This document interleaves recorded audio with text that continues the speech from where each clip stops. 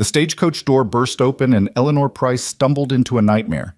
Where a thriving silver town should have stood, only mud and death remained. Her fiancé's letters promised prosperity, but Henry Blackwell was buried beneath tons of earth, along with her dreams of a new life. Then she met Caleb Mercer, a scarred Texas Ranger who warned her, "This wasn't nature's doing, ma'am. Someone murdered this whole town." Welcome to my story. Comment below where you're watching from. Let's see how far this tale travels. The Arizona sun beat down mercilessly on the weathered stagecoach as it lurched to a stop at what should have been the edge of Silvervale. Eleanor Price pressed her face against the dusty window, her heart hammering against her corset stays. This couldn't be right. The driver must have taken a wrong turn somewhere in the desert. "End of the line, miss," the driver called out, his voice rough as sandpaper. "What's left of Silvervale, anyway?" Eleanor's gloved fingers trembled as she gathered her traveling dress and pushed open the coach door. The sight that greeted her stole the breath from her lungs. Where Henry's letters had described a bustling mining town with a main street lined with shops, saloons, and a new church with a bell tower, there was only devastation. Half the valley lay buried under a massive slide of mud and rocks that had cascaded down from the mountains like God's own fist had struck the earth. "Dear Lord," she whispered, clutching Henry's latest letter to her chest. The paper, worn soft from constant reading during the 3-week journey from Boston, crinkled under her grip. The stagecoach driver, a grizzled man named Walt, climbed down and began unloading her trunk. "Happened 2 weeks back during the spring rains. Whole mountainside just gave way in the middle of the night. They say it sounded like thunder that wouldn't stop. But Henry, Mr. Blackwell wrote me just last month. He said the town was growing, that he'd secured us a house near the church." Eleanor's voice cracked on the last word.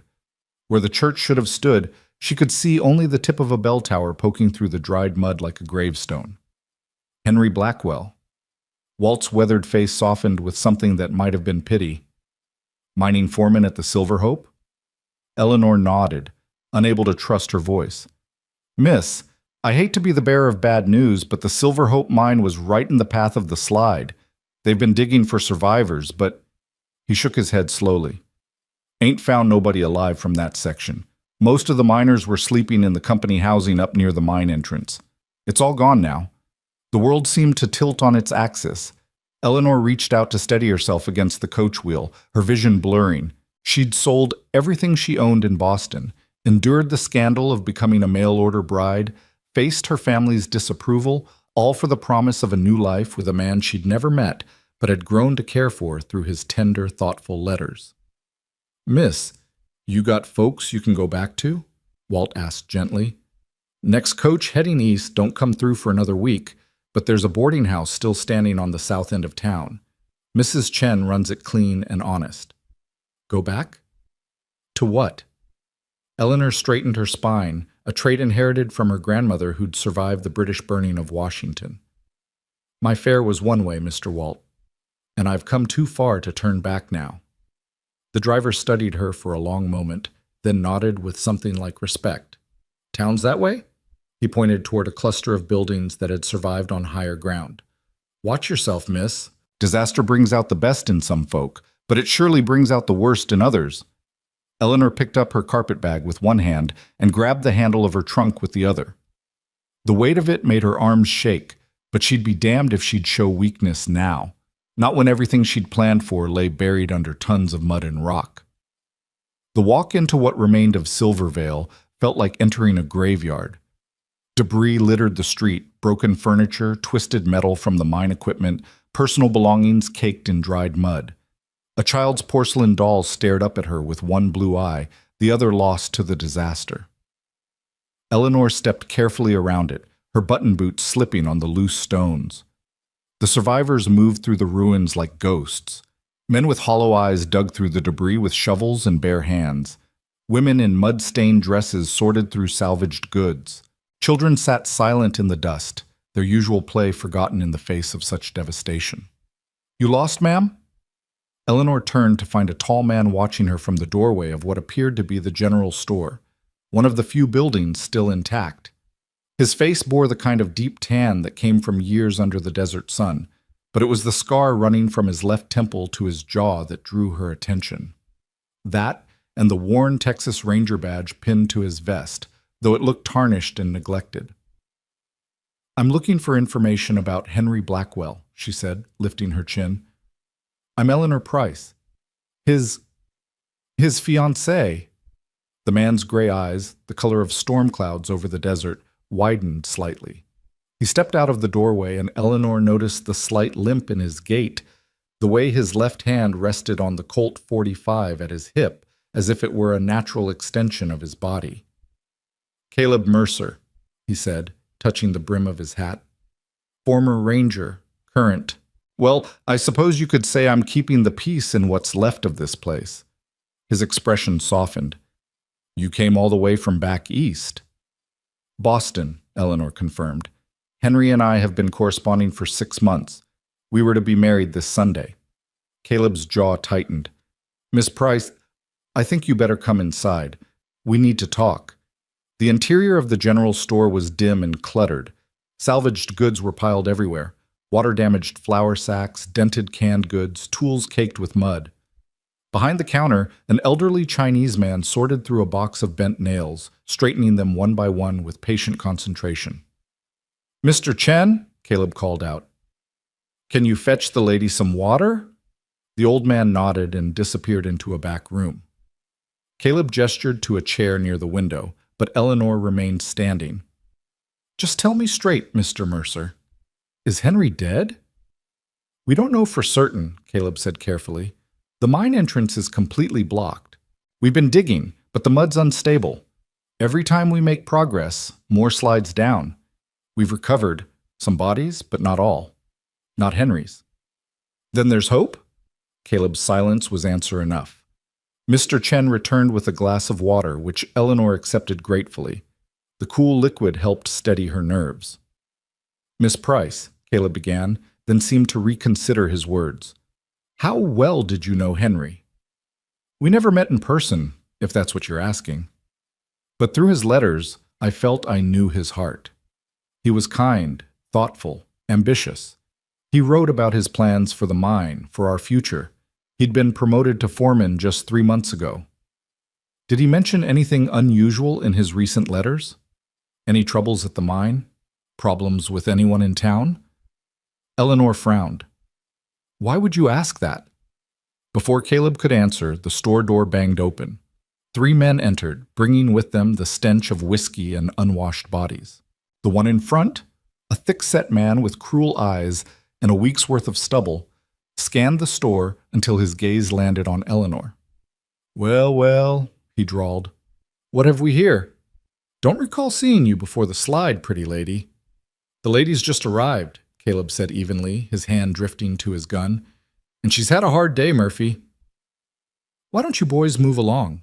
Luke Murphy grinned, revealing tobacco-stained teeth. "Just being neighborly, Mercer. Wanting to welcome the newcomer proper-like." He took a step toward Eleanor. "You got business in Silvervale, miss? Because if you're looking for opportunity, I might have some propositions for you." Eleanor felt her skin crawl, but before she could respond, Caleb stepped between them. "The lady's business is her own. And you've got no propositions worth hearing. Now get out." Murphy's eyes narrowed. "You ain't a ranger no more, Mercer. That badge don't mean nothing here." "Maybe not," Caleb agreed, his voice deadly quiet. "But this Colt still works just fine." The tension in the room stretched taut as a bowstring. Murphy's companions shifted nervously, hands hovering near their weapons. Eleanor held her breath, her fingers tightening on the water glass. Finally, Murphy stepped back, raising his hands in mock surrender. "No need for unpleasantness. We're all just trying to survive here, ain't we?" He tipped his hat to Eleanor, the gesture somehow making her feel more threatened than comforted. "Ma'am, when you realize this broken-down lawman can't help you, you come find me. I'm staying at what's left of the Imperial Hotel. Ask anyone." After they left, Eleanor released the breath she'd been holding. "Who was that?" "Luke Murphy. Came to town about a month before the slide, claiming to be a businessman from San Francisco. But I've seen his type before. Vultures circling dying towns, looking to pick the bones clean." Caleb turned to face her fully. "Which brings me back to my question. Did Henry mention any troubles?" Eleanor set down her water glass and retrieved a bundle of letters from her carpet bag. These are all his letters. The last one, she shuffled through them, was dated 3 weeks ago. He mentioned that some new investors had been sniffing around the mine, asking questions about ore yields and land rights. He didn't seem concerned, just said it was good that people saw the potential in Silvervale. Caleb took the letter she offered, scanning it quickly. These investors have names? He didn't say. Why? What aren't you telling me? Caleb handed back the letter. Maybe nothing. Maybe something. There have been disputes over mining claims throughout the territory. Men have died for less than what the Silver Hope was pulling out of the ground. You're suggesting someone caused the mudslide. Eleanor's voice rose in disbelief. That's impossible. You can't just make a mountain fall. Can't you? Caleb moved to the window, gazing out at the devastation. You can if you know where to place dynamite. If you weaken the right spots during the rainy season. If you're willing to murder a whole town to get what you want. Eleanor sank into the chair, her legs suddenly unable to support her. But that would be monstrous. Yes, ma'am, it would be. She looked up at him, this scarred former lawman with tired eyes and a voice full of bitter knowledge. Do you have proof? Not yet. Been asking questions, poking around. Murphy and his boys don't like it. Neither do some others who've shown up since the slide, waving papers and claiming rights to abandoned properties. Like vultures, Eleanor murmured, echoing his earlier words. Exactly like vultures. Eleanor stood, decision crystallizing in her mind. Where was Henry staying? His house, I mean. The one he wrote about. Miss Price, I don't think, Mr. Mercer. She drew herself up to her full height, which still left her a head shorter than him. I've come 2,000 miles to marry a man who may be dead. I've lost everything I had in Boston, my position as a governess, my reputation, my family's respect. I have exactly $17 to my name and no return ticket. If Henry is truly gone, then I need to know what happened to him. And if someone murdered him and all those others, then by God, I'm going to see justice done. Now, will you show me to his house, or do I need to find it myself? A ghost of a smile crossed Caleb's weathered features. You always this stubborn, Miss Price? My grandmother used to say I could teach rocks about being hard-headed. All right, then. Caleb grabbed his hat from a peg by the door.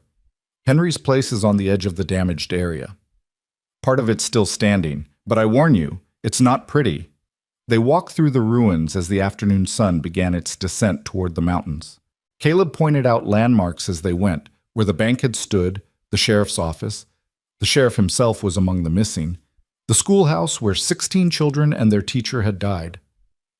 How many? Eleanor asked quietly. Last count was 73 confirmed dead, 42 still missing. Town had about 300 souls before the slide. They passed a makeshift medical tent where a haggard doctor tended to injured survivors. A woman sat outside, cradling what looked like a bundle of clothes, until Eleanor realized it was an infant, far too still and quiet. The youngest victim was 3 days old, Caleb said softly, born the night before the slide. Eleanor blinked back tears. She'd been so focused on her own loss, she hadn't fully grasped the scope of the tragedy. Henry's house sat on what had been Oak Street, though no oaks remained standing. The front portion of the small wooden structure had been crushed by debris, but the back rooms remained intact. The front door hung at an odd angle, and mud had flooded the parlor to knee-height before drying into a concrete-like crust. He was proud of this place, Eleanor said, recognizing details from Henry's descriptions. Said it had real glass windows and a wood floor instead of dirt. They picked their way through the ruined parlor to the back of the house. Henry's bedroom was relatively untouched, though dust and mud had filtered through cracks in the walls. The bed was neatly made with a colorful quilt that looked hand-stitched. A daguerreotype of an older couple, likely Henry's parents, sat on the nightstand beside a Bible. Eleanor moved to the small desk under the window. Papers were scattered across its surface, mining reports, correspondence, maps. She began sorting through them while Caleb examined the rest of the room. Look at this, she said, holding up a surveyor's map. These are the original boundary lines for the Silver Hope claim. Caleb studied the map over her shoulder. She caught a whiff of leather and gunpowder, oddly comforting in their masculinity. See these markings? He pointed to several X marks along the boundary. Those weren't part of the original survey. Eleanor found another paper, this one a letter from the Territorial Assay Office. This says they found a new vein last month, high-grade silver ore, possibly the richest strike in the territory. That would be worth killing for, Caleb muttered. If someone knew about it, wanted the mine for themselves. A floorboard creaked in the front room. Caleb spun, gun drawn before Eleanor could blink. He motioned for her to stay quiet, then crept toward the doorway. "Just me, Ranger," a voice called out. "Brian Turner." Caleb lowered his gun but didn't holster it. A thin man with nervous eyes appeared in the doorway, hat in hand. "Miss Price? I heard you'd arrived. I was Henry's assistant foreman at the mine." "Mr. Turner." Eleanor stood, smoothing her skirts. "Did you survive the slide?" "I was in town that night, thank the Lord. At the saloon, I'm ashamed to say. If I'd been at the mine," he shuddered, "I'd be dead with the rest." "Mr. Turner, did Henry mention any concerns about the mine, any threats?" Caleb asked. Turner's eyes darted between them. Henry was a good man, kept things close to the vest. But he hesitated. "Please," Eleanor urged. "Anything might help. There was a man." Edward Harland owned the Compass Rose mine 2 valleys over. His claim was playing out, and he'd been making offers on the Silver Hope. Henry refused to sell, of course. It wasn't his to sell, belonged to the company. But Harland was persistent. Got angry when Henry showed him the door last time. "When was this?" Caleb asked. "About 2 weeks before the slide. Maybe less." "Where's Harland now?" Turner shrugged. "Haven't seen him since the disaster. Probably counting his blessings he wasn't here when it happened. Or counting his profits, Eleanor thought, but didn't say. After Turner left, they continued searching the house. In a drawer, Eleanor found more letters, these from the mining company's head office in San Francisco. The most recent one made her gasp. They were promoting Henry to general manager of all the company's Arizona operations. He would have been leaving Silvervale in another month. Caleb read the letter, frowning. So whoever wanted the mine had to act fast before Henry left and took his knowledge with him. Or before he could report whatever he'd discovered, Eleanor added. She held up another paper. "This is a draft of a letter to the U.S. Marshal's office. Henry was requesting an investigation into what he calls irregularities and threats against the lawful operation of the Silver Hope mine. He never got to send it," Caleb said grimly. As the sun began to set, painting the devastated valley in shades of red and gold, they prepared to leave. Eleanor paused at the bedroom door, looking back at the life Henry had been building for them. The quilt on the bed would have kept them warm through desert nights. The desk where he'd written his letters to her would have been where she might have written to her sister back in Boston, telling her about this strange, wild, beautiful land. "I'm sorry," Caleb said quietly. "This isn't the welcome you deserved." Eleanor lifted her chin, finding strength in her spine she didn't know existed. "Henry deserves justice. They all do. Those children in the schoolhouse, that baby, all of them. That's a dangerous path you're talking about walking. Then it's fortunate I've found myself in the company of a lawman." "Former lawman," Caleb corrected. "I lost my commission 2 years ago." Eleanor waited, but he didn't elaborate.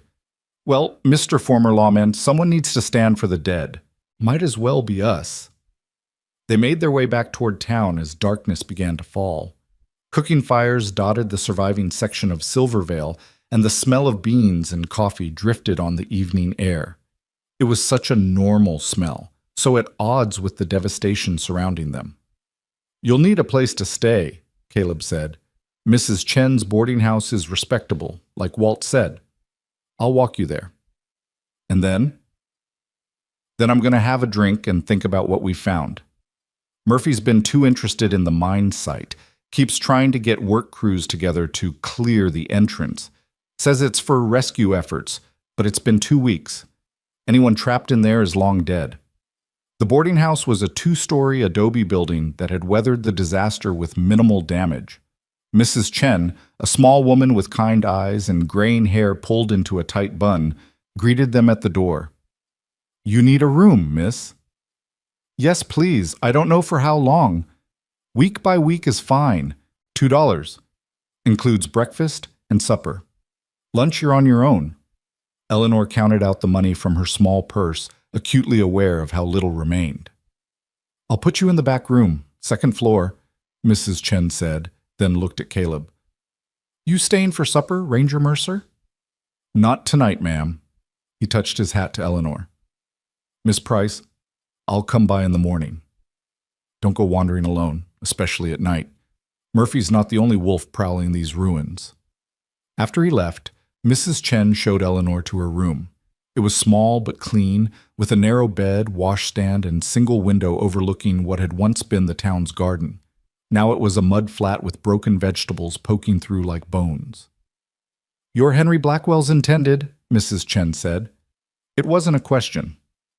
I was. I suppose I'm nothing now.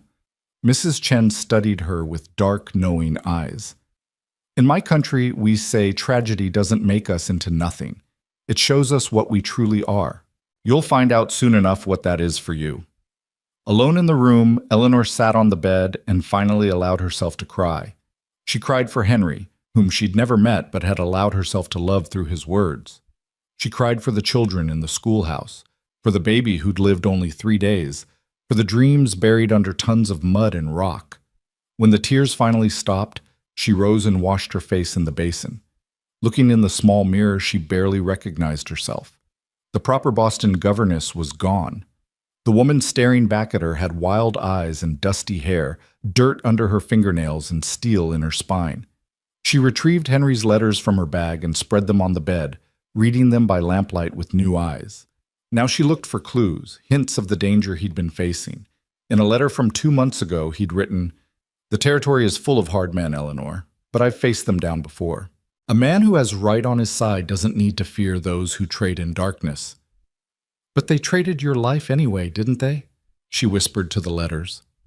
A knock at her door made her jump. Yes? Supper's ready, miss, came Mrs. Chen's voice. The dining room held a long table where about a dozen people sat eating quietly. Eleanor recognized the doctor from the medical tent, still in his blood-stained shirt. A few miners with bandaged hands and heads. A woman with 2 young children who ate mechanically, their eyes vacant with grief. Eleanor took an empty seat and accepted the bowl of beans and cornbread Mrs. Chen offered. The food was simple but good, flavored with chilies that made her eyes water. You're the one came for Henry Blackwell, the man beside her said. He was older with silver threading through his beard. Name's Josiah Wells. I worked the Silver Hope for 3 years. Eleanor Price. Did you know Henry well? Well enough. Good man. Fair. Didn't take bribes like some foremen, didn't short the men on their wages. That made him enemies. What kind of enemies? Josiah lowered his voice. The kind that don't like honest men. There's been talk, about the slide. What kind of talk? The kind that gets people killed if they speak it too loud. He concentrated on his beans for a moment. But I'll tell you this. I was supposed to work that night, but Henry sent me home. Said I looked tired. Needed rest. He'd never done that before. Almost like he knew something was coming. Before Eleanor could respond, the dining room door burst open. Murphy stood there with 2 of his men, whiskey thick on their breath. Well, ain't this cozy, Murphy slurred. All the survivors having a nice meal while the rest rot in the mud. You're drunk, Murphy, the doctor said tiredly. Go sleep it off. I'll go where I please, Sawbones. Murphy's eyes found Eleanor. There's the pretty newcomer. You think about my offer, sweetheart? Town like this, woman needs protection. Eleanor stood, her chair scraping against the floor.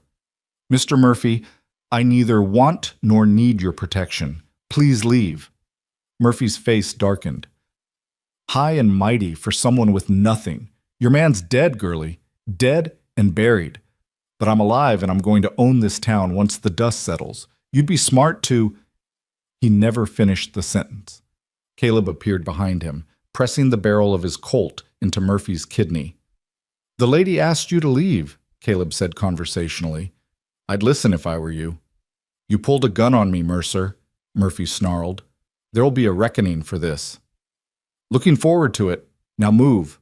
Murphy and his men left, but not before Murphy shot Eleanor a look that promised this wasn't over. The dining room remained silent for a long moment after they'd gone. "Thank you," Eleanor said to Caleb. "Told you not to wander alone."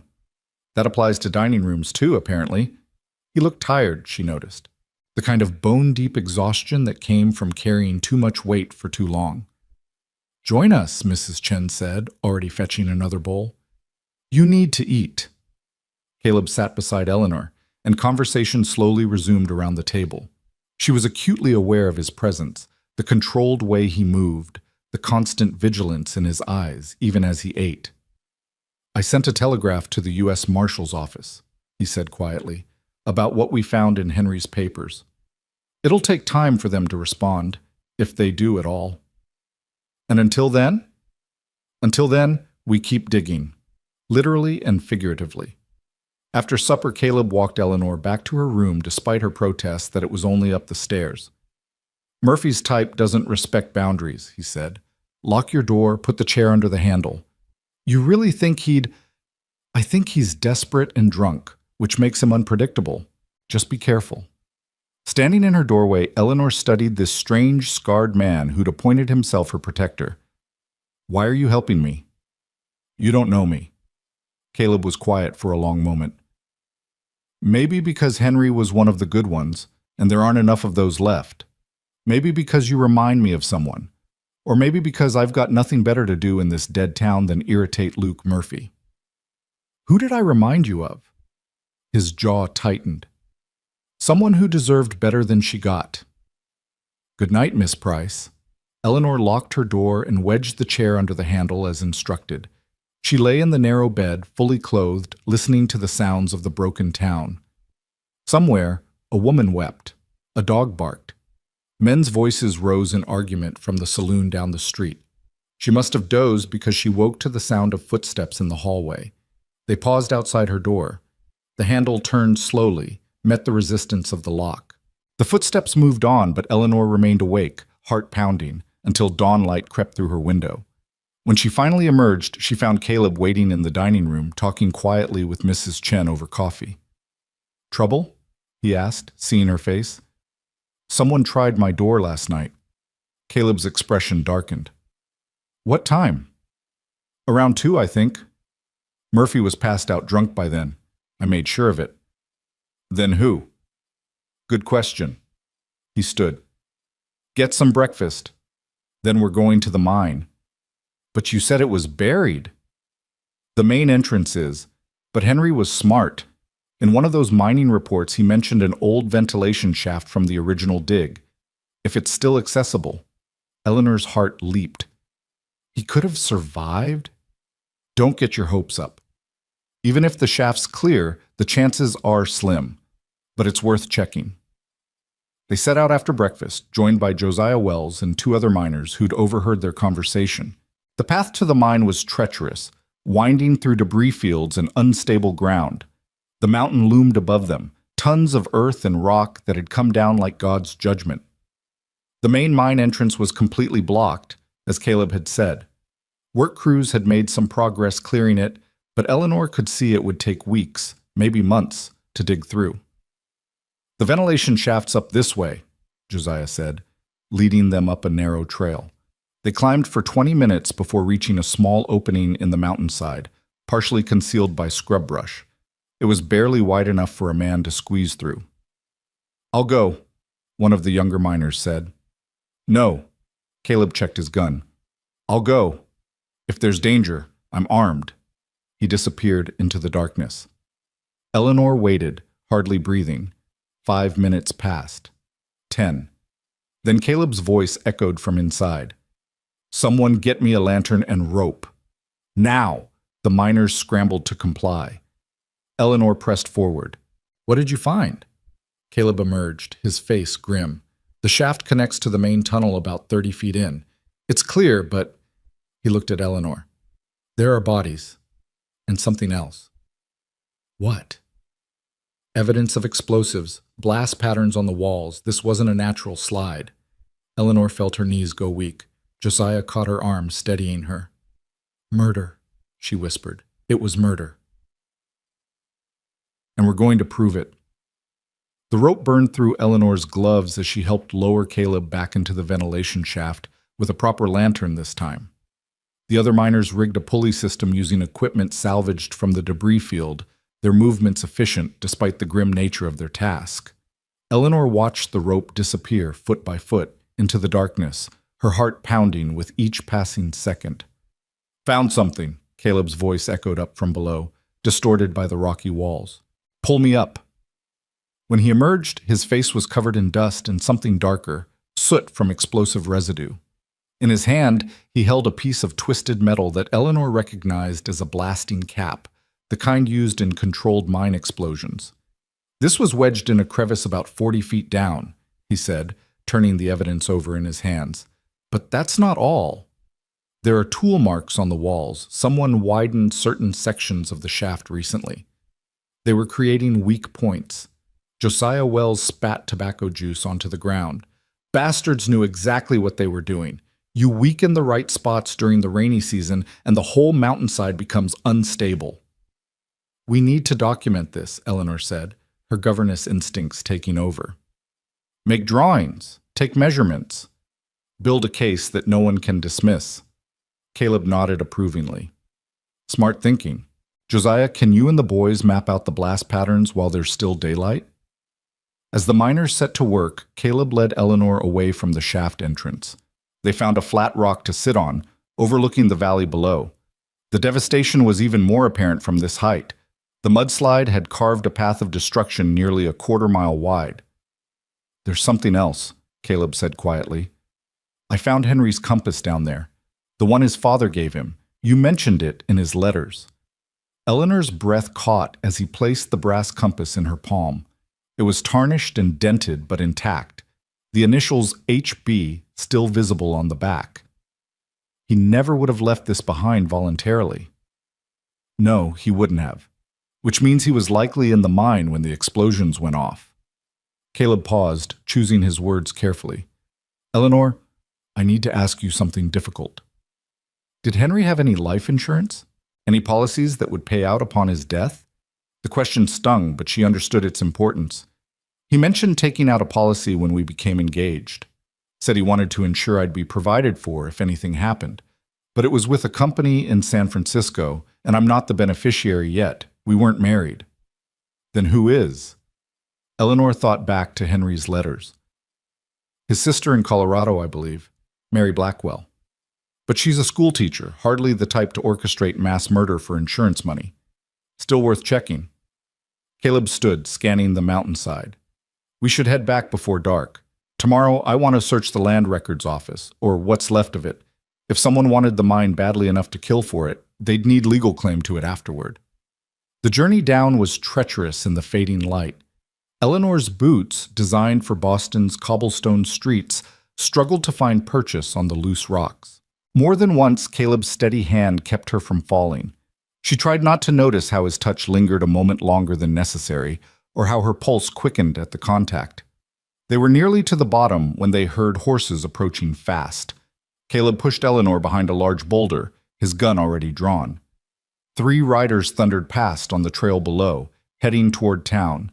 Eleanor caught a glimpse of the lead rider, a well-dressed man she didn't recognize, wearing a city suit entirely inappropriate for the territory. "Trouble?" she whispered. "Maybe. That's Charles Worthington, represents some mining consortium out of Philadelphia. He arrived yesterday claiming to be looking for investment opportunities." "In a destroyed town?" "That's what I wondered." They waited until the riders were well past before continuing to town. The main street was busier than Eleanor had yet seen it, with people gathering in small groups, voices raised in animated discussion. "Mrs. Chen stood outside her boarding house, wringing her hands. "What's happened?" Eleanor asked. "That man, Worthington," Mrs. Chen said. "He says he has papers.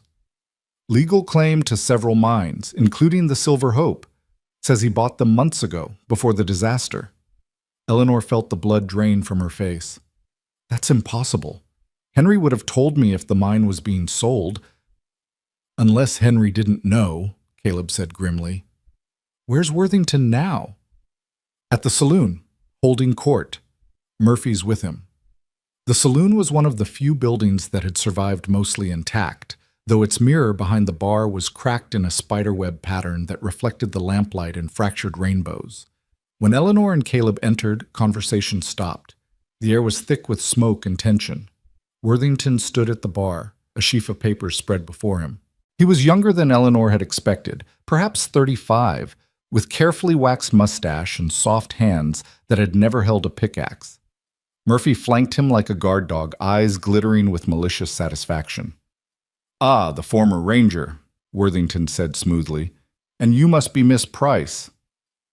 I heard about your unfortunate situation. Please accept my condolences." "Save them," Eleanor said, surprising herself with her boldness. "What's this about owning the Silver Hope?" Worthington produced a document with an official-looking seal, a legitimate bill of sale signed by the previous owner 3 months ago. The mine and all its assets belong to the Philadelphia Mining Consortium, which I represent. The previous owner was the Morrison Mining Company in San Francisco, Caleb said. I find it hard to believe they'd sell their most profitable operation without informing their foreman. Business decisions aren't always communicated down the chain of command immediately, Worthington replied. The transaction was to be finalized this month. The unfortunate disaster doesn't change the legal ownership. Eleanor stepped forward, her mind racing. If you owned the mine, why wasn't Henry informed? Why did he continue sending reports to San Francisco? An oversight, perhaps. Or perhaps Mr. Blackwell was being kept in the dark for reasons known only to the Morrison Company. Worthington's smile was cold. Regardless, the law is clear. The mine belongs to us now. Convenient that all the people who could dispute that are dead, Caleb observed. Murphy's hand moved to his gun. You suggesting something, Mercer? Just making an observation. Eleanor noticed something about the document Worthington held. May I see that? Worthington hesitated, then handed it over with exaggerated courtesy. Of course, though I doubt a governess from Boston is familiar with mining law. Eleanor ignored the insult, studying the document carefully. Her father had been a clerk in a law office before he died, and she'd learned to read legal documents by helping him copy briefs in the evenings. Something about this one felt wrong. This seal, she said slowly, it's supposed to be from the territorial office in Prescott? Correct. But the territorial seal was changed 6 months ago when the new governor took office. This is the old seal. Worthington's smile faltered for just a moment. You must be mistaken. I'm not. Henry sent me a letter with the new seal just 2 months ago when he filed our marriage intentions with the territory. She pulled the letter from her bag, comparing the seals. See? They're completely different. The saloon erupted in murmurs. Several men pressed closer to see the documents. Worthington's face flushed red. This proves nothing, he said, snatching back his paper. Clerical errors happen. The sale is legitimate. Then you won't mind if we telegraph the Morrison Company to confirm? Caleb suggested. The telegraph lines are down, Murphy said quickly. Too quickly. Funny, I sent a message just this morning, Caleb replied. Lines were repaired yesterday. Worthington gathered his papers. This is ridiculous. I have legal claim, and I intend to begin salvage operations immediately. Any interference will be met with appropriate force. Whose force? Eleanor asked. Mr. Murphy's? How much are you paying him to intimidate the survivors? Murphy stepped toward her, but Caleb moved faster, positioning himself between them. Touch her, and it'll be the last thing you do. You can't fight all of us, Mercer, Murphy growled. You're just one broken-down ranger with a tarnished badge. Maybe, but I can sure as hell take you with me. The tension in the saloon stretched taut enough to snap. Eleanor counted at least 6 men who seemed aligned with Murphy and Worthington, their hands hovering near weapons. But she also noticed others, miners, shopkeepers, survivors, watching with angry eyes. They'd lost everything in the slide, and now outsiders were trying to profit from their tragedy. Old Josiah Wells broke the silence. Seems to me we should wait for the marshal's response before anyone starts claiming anything. That's the law, ain't it? The law, Worthington said with contempt. The law is what men with power say it is. Not in America, Eleanor said firmly. Here, the law belongs to everyone, even dead minors, even mail-order brides with nothing to their names. Several men nodded agreement. Worthington realized he was losing the room. We'll see about that, he said coldly. Murphy, we're leaving. After they left, the saloon gradually returned to normal conversation, though Eleanor could feel the undercurrent of unease. She and Caleb found a corner table where they could watch the door. That was dangerous, Caleb said quietly. You just made yourself a target. I was already a target. Someone tried my door last night, remember? This is different. You challenged them publicly. Men like Worthington don't forgive that. Eleanor traced patterns in the spilled beer on the table. Tell me about your badge. Why is it tarnished? Caleb was quiet for so long she thought he wouldn't answer. Finally, he spoke, his voice low. 2 years ago, I was tracking a gang that had robbed a bank in Austin. Followed them to a farmhouse outside San Antonio. I thought it was just the gang, but... He paused, jaw tightening. They had hostages. A family. When we moved in, the gang used them as shields. In the crossfire, a woman was killed. Martha Hendricks. She was 22, had a baby daughter. That wasn't your fault. I gave the order to breach. It was my responsibility. He touched the badge on his chest. I turned this in the next day. The Rangers wouldn't accept it, said I'd done nothing wrong. So I left anyway. Been drifting ever since, ended up here just before the slide. Why did you stay? After the disaster. Someone had to. The sheriff was dead, his deputies either fled or joined Murphy. These people needed protection, even from a broken-down ex-ranger. Eleanor reached across the table, covering his scarred hand with hers. You're not broken. Scarred maybe, but not broken. Broken things don't stand between innocent people and men like Murphy. He turned his hand palm up, interlacing their fingers. The contact sent heat up Eleanor's arm. You don't know me well enough to say that. I know enough. They sat like that for a moment before the saloon door burst open. Brian Turner rushed in, face pale with excitement. They found something at the mine, he gasped. The work crew clearing the main entrance. They broke through to an air pocket. There are survivors. The saloon emptied as everyone rushed toward the mine. Eleanor's heart soared with hope, even as her mind warned her to be cautious. After 2 weeks, the chances of Henry being alive were almost non-existent. At the mine entrance, a crowd had already gathered. Men were frantically clearing debris while others prepared medical supplies. Eleanor pushed through to the front, Caleb beside her. How many? She heard someone ask. Can't tell yet, a miner replied. We can hear voices, at least 3 or 4. They're weak but alive. For 2 hours they worked, carefully removing rocks and timber to widen the opening without causing another collapse. Eleanor helped where she could, carrying water, preparing bandages, her dress now thoroughly ruined with mud and dust. Finally, the opening was large enough for a man to crawl through. A miner named Patterson volunteered to go first. He disappeared into the darkness with a rope tied around his waist. Minutes felt like hours before his voice echoed back. 4 men alive. They're in bad shape, but breathing. The rescue proceeded slowly. The first man brought out was barely conscious, his leg clearly broken. Eleanor didn't recognize him. The second was an older miner with a head wound. The third made Eleanor's heart stop. It was Jim Morrison, one of Henry's friends. He was conscious enough to grab Eleanor's hand when he saw her. Henry, he croaked through cracked lips. Henry saved us. Found the air pocket, led us there when the mountain came down. Where is he? Eleanor asked urgently. Is he the 4th man? Jim's eyes filled with tears. He went back. Said there were others trapped further in. Made us promise to stay put. Said he'd return. But the second collapse, he never came back. Eleanor felt her knees buckle. Caleb caught her, held her steady as the 4th survivor was brought out. Another miner she didn't recognize. Henry wasn't among them. He died a hero, Jim whispered. Saved our lives. The crowd began to disperse, the celebration muted by the confirmation of Henry's death. Eleanor stood frozen at the mine entrance, staring into the darkness that had swallowed the man she'd never met, but had grown to love.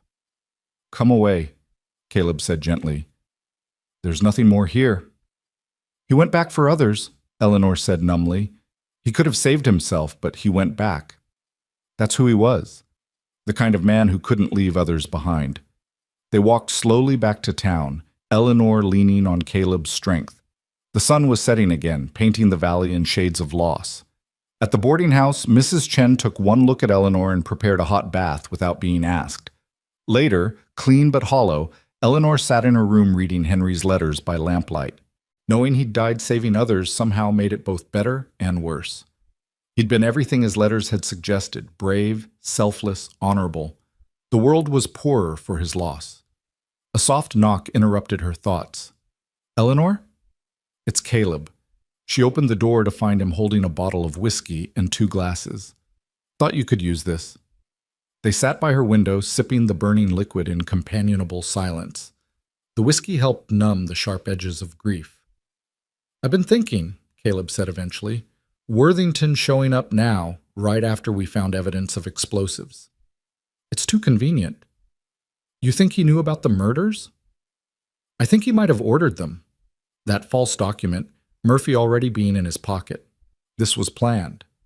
Eleanor set down her glass, mind clearing with sudden purpose. Then Henry's death wasn't just murder. It was part of something bigger. A conspiracy to steal the mine, eliminate witnesses, and make it look like a natural disaster. We have to stop them. Caleb studied her face in the lamplight. This isn't your fight anymore, Eleanor. Henry's gone. You could leave on the next stage, go back to Boston, start over. Could you? If it was your Martha who'd been murdered, could you just walk away? He flinched at the name but shook his head. No. Then don't ask me to. They were sitting close now, close enough that Eleanor could see the flecks of gold in his gray eyes, could smell the leather and gunpowder scent that clung to him. The air between them crackled with more than shared purpose. You're a dangerous woman, Eleanor Price, he said softly. How so? You make a man want to be better than he is. Make him believe he could be. Eleanor's breath caught. Caleb? He stood abruptly. Lock your door. Tomorrow we visit the land office, see what other documents might shed light on this conspiracy. After he left, Eleanor did as instructed, but sleep eluded her. Her grief for Henry was real and sharp, but so was this unexpected attraction to Caleb. Was she betraying Henry's memory by feeling drawn to another man so soon? Or would Henry, who'd saved others at the cost of his own life, want her to find happiness where she could? Near midnight, she heard footsteps in the hall again. This time they stopped directly outside her door. The handle didn't turn, but she heard breathing, knew someone stood just inches away. I know you're there, she called out, surprising herself with her steadiness. Whatever you want, you won't get it by skulking in hallways like a coward. The breathing stopped. Footsteps retreated quickly down the hall. Eleanor remained awake, chair wedged under the door handle, Henry's compass clutched in one hand and a letter opener in the other. Dawn came slowly, painting the mountains the color of dried blood. Eleanor dressed in her last clean outfit, a simple brown dress that had been intended for everyday wear in her new life as a miner's wife. Now it would serve for hunting her fiancé's killers. She found Caleb already in the dining room, talking urgently with Josiah Wells and Brian Turner. They stopped when she appeared. What's happened? The survivors from the mine, Josiah said. Jim Morrison wants to talk to you. Says Henry told him something important before he went back into the mine. They found Jim at the medical tent, his broken ribs wrapped tight, face pale but determined. When he saw Eleanor, he struggled to sit up. Miss Price, I need to tell you what Henry said. Been thinking about it all night, and it didn't make sense until Mr. Mercer here told me about the explosives. Eleanor sat beside his cot. What did he say?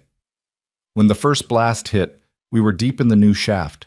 Henry grabbed me and 3 others, led us to a natural cave formation he'd found weeks earlier. As we ran, he kept saying, they did it. They actually did it. When I asked what he meant, he said Harland had threatened to bury the mine if Henry didn't sell.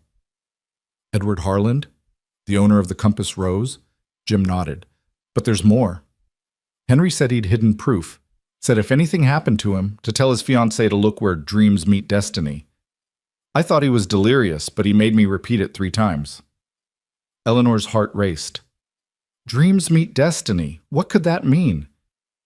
I don't know, ma'am. But Henry was clear-headed when he said it, even with the mountain coming down around us. They left Jim to rest and gathered outside the medical tent. The morning was already hot, promising another scorching day. Dreams meet destiny, Eleanor repeated. It has to mean something specific, something only I would understand from his letters. Think, Caleb urged. Did he write about dreams? About destiny? Eleanor closed her eyes, sorting through months of correspondence in her mind.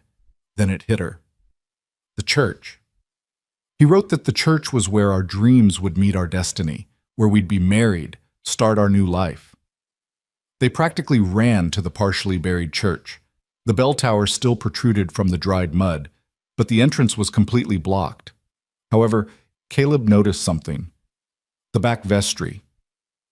Look, it's partially clear. They spent an hour digging with their hands and some borrowed shovels before they could squeeze through into the vestry. The small room was coated in dried mud, but structurally intact. Eleanor searched frantically while Caleb held the lantern.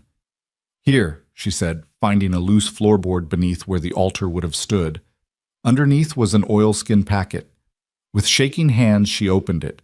Inside were documents, photographs, and what appeared to be correspondence. The first letter was in Henry's handwriting. If you're reading this, then my fears have come true. Edward Harland, in conspiracy with Charles Worthington and others, plans to steal the Silver Hope through murder and deception. The evidence herein proves their guilt.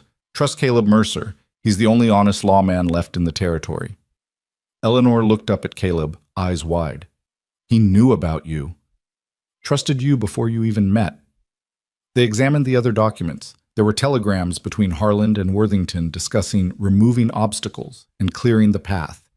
There was a receipt for 500 pounds of dynamite, far more than any legitimate mining operation would need. Most damning was a contract between Worthington's Philadelphia consortium and several territorial officials promising bribes for looking the other way during the acquisition of the Silver Hope. This is it, Caleb breathed. This is enough to hang them all. We need to get this to the marshal. The sound of guns cocking cut her off. They turned to find Murphy and 3 men pointing weapons at them. I'll take those documents, Murphy said with a cold smile. Mr. Worthington figured you might find something. He's smart that way. You've been following us? Eleanor realized. Since last night. Watched you from the shadows, waited for you to lead us to whatever Blackwell hid. Murphy held out his hand. The papers. Now, Caleb stepped partially in front of Eleanor. You kill us here, in a church, and even bought lawmen won't be able to ignore it. Who says we're killing you here? Murphy's grin widened. Tragic accident, really. Former ranger and his lady friend got trapped in an unstable building during their treasure hunting. Another collapse. This town's seen so much death, 2 more bodies won't raise eyebrows. Eleanor clutched the documents tighter. These papers were Henry's legacy, proof of his murder. She couldn't let them be destroyed. I'd rather die than give these to you, she said. That can be arranged, Murphy replied, then paused. Or maybe we keep you alive for a while. I'm sure Mr. Worthington could find uses for a pretty thing like you. Caleb's hand moved toward his gun, but Murphy's men were ready. Don't be stupid, Mercer. You're fast, but not fast enough to beat 4 guns. The standoff stretched taut. Eleanor's mind raced, searching for options. Then she heard something, voices outside, getting closer. Murphy heard it too. Boss, one of his men said nervously. Someone's coming. It was Josiah Wells with a group of miners, likely coming to help with the digging. Murphy cursed. We're leaving. Bring the papers and the woman. No, Caleb said firmly. Murphy's gun swung toward him. Then you die now. Eleanor made a decision. She threw the packet of documents into the air, papers scattering everywhere. In the confusion, Caleb drew and fired, hitting one of Murphy's men. Murphy cursed and grabbed Eleanor, using her as a shield while his remaining men scrambled for the documents. Leave them, Murphy snarled. We've got what we need.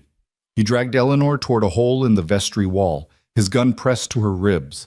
Caleb started forward, but Murphy pressed the barrel harder into Eleanor's side. Follow us and she dies. They disappeared through the hole just as Josiah and the miners burst in. Caleb quickly explained while gathering the scattered documents. They've got Eleanor, probably taking her to Worthington. Then we get her back, Josiah said simply. Henry saved 4 of our boys. We won't let his woman die. Within minutes, word had spread through the survivors. Men who'd lost everything in the slide began checking weapons, saddling horses. The murdered town had found its backbone. Caleb organized quickly. Some men would create a distraction at the Imperial Hotel where Worthington was staying. Others would watch the roads out of town. He would go directly for Eleanor. Mercer. Brian Turner appeared with an old but serviceable Winchester. Henry would want you to have this. It was his father's rifle. Caleb took the weapon, checked its action. We'll get her back. I know you will. We all know what you did in Texas, regardless of how it ended. You're still the best lawman this territory has seen. As the sun climbed toward noon, turning the ruins of Silvervale into a furnace, Caleb prepared for what might be his last gunfight. He thought about Eleanor's fierce courage, her determination to see justice done. She'd come west expecting to find love, and instead found death and conspiracy. But she hadn't broken. Instead, she'd become something stronger, someone Henry Blackwell would have been proud to call his wife. The sound of breaking glass echoed from the hotel. The distraction had begun. Caleb moved through the shadows between buildings, every sense alert. He had to find Eleanor before Worthington decided she was more trouble than she was worth. A woman's scream cut through the air, but it wasn't fear in that sound. It was fury. Eleanor was fighting back. Caleb ran toward the sound, knowing he was likely heading into a trap but unable to stop himself. Eleanor Price had come to Silvervale as a mail-order bride, but she'd become so much more. She'd become the heart of the town's resistance, the voice of its dead, and somehow, despite his best efforts to keep his distance, she'd become essential to him as well. The afternoon sun reached its zenith as Caleb approached the abandoned assay office, where the sounds of struggle had originated. Through a broken window, he could see Eleanor fighting against Murphy's grip while Worthington stood nearby, papers spread on a dusty table. "Sign it," Worthington was saying. "Sign the statement that Henry sold me the mine before his death, and you can leave alive." "I'll die first," Eleanor spat, then proved her determination by driving her boot heel into Murphy's instep. Caleb smiled grimly. Whatever happened next, Eleanor Price was nobody's victim. She was a force of nature, and heaven help anyone who stood in her path. The Winchester's stock felt solid against Caleb's shoulder as he took aim through the broken window. Inside the assay office, Murphy cursed and yanked Eleanor's arm behind her back, making her cry out.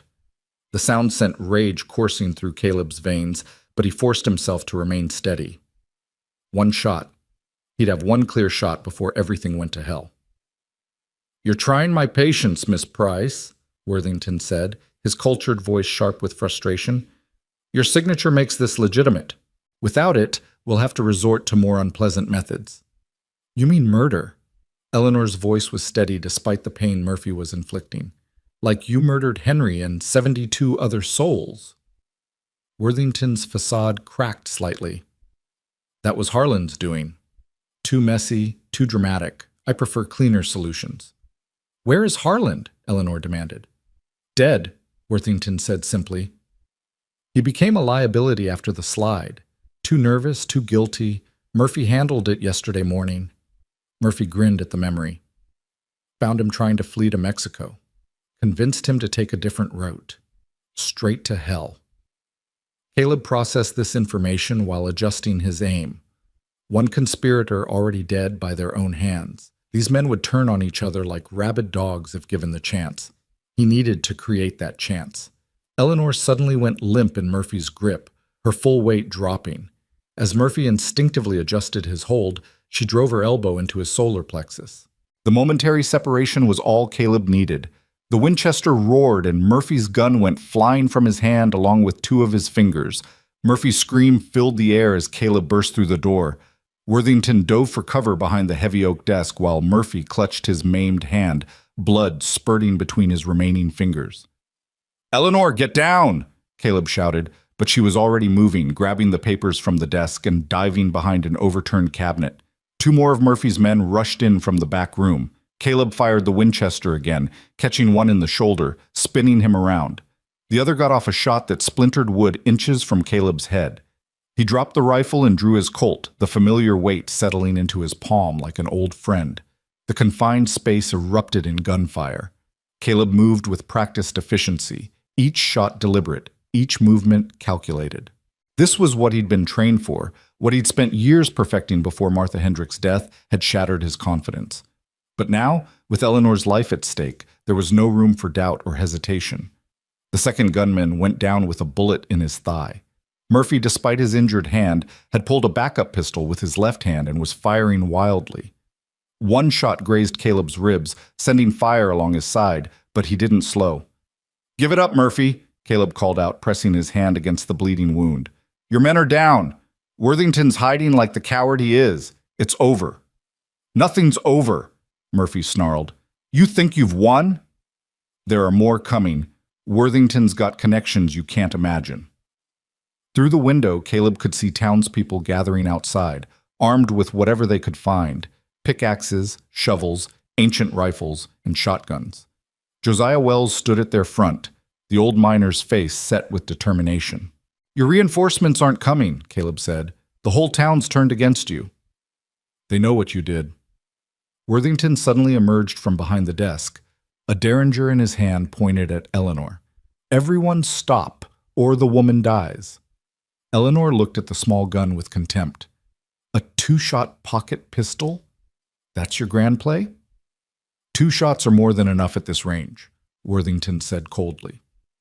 "Now, Mr. Mercer, drop your weapon." Caleb hesitated, calculating distances and angles. The derringer was small but deadly at close range. Before he could decide, Eleanor acted. She threw the handful of papers she'd grabbed into the air, creating a cloud of distraction. In the same motion, she rolled aside as Worthington fired, the bullet sparking off the floor where she'd been. Caleb's shot took Worthington in the shoulder before he could fire his second round. The man from Philadelphia crumpled, his city suit now stained with blood and dust. Murphy made one last desperate lunge for Eleanor, but she grabbed a brass paperweight from the floor and swung it with all her might. The sound of it connecting with Murphy's temple was deeply satisfying.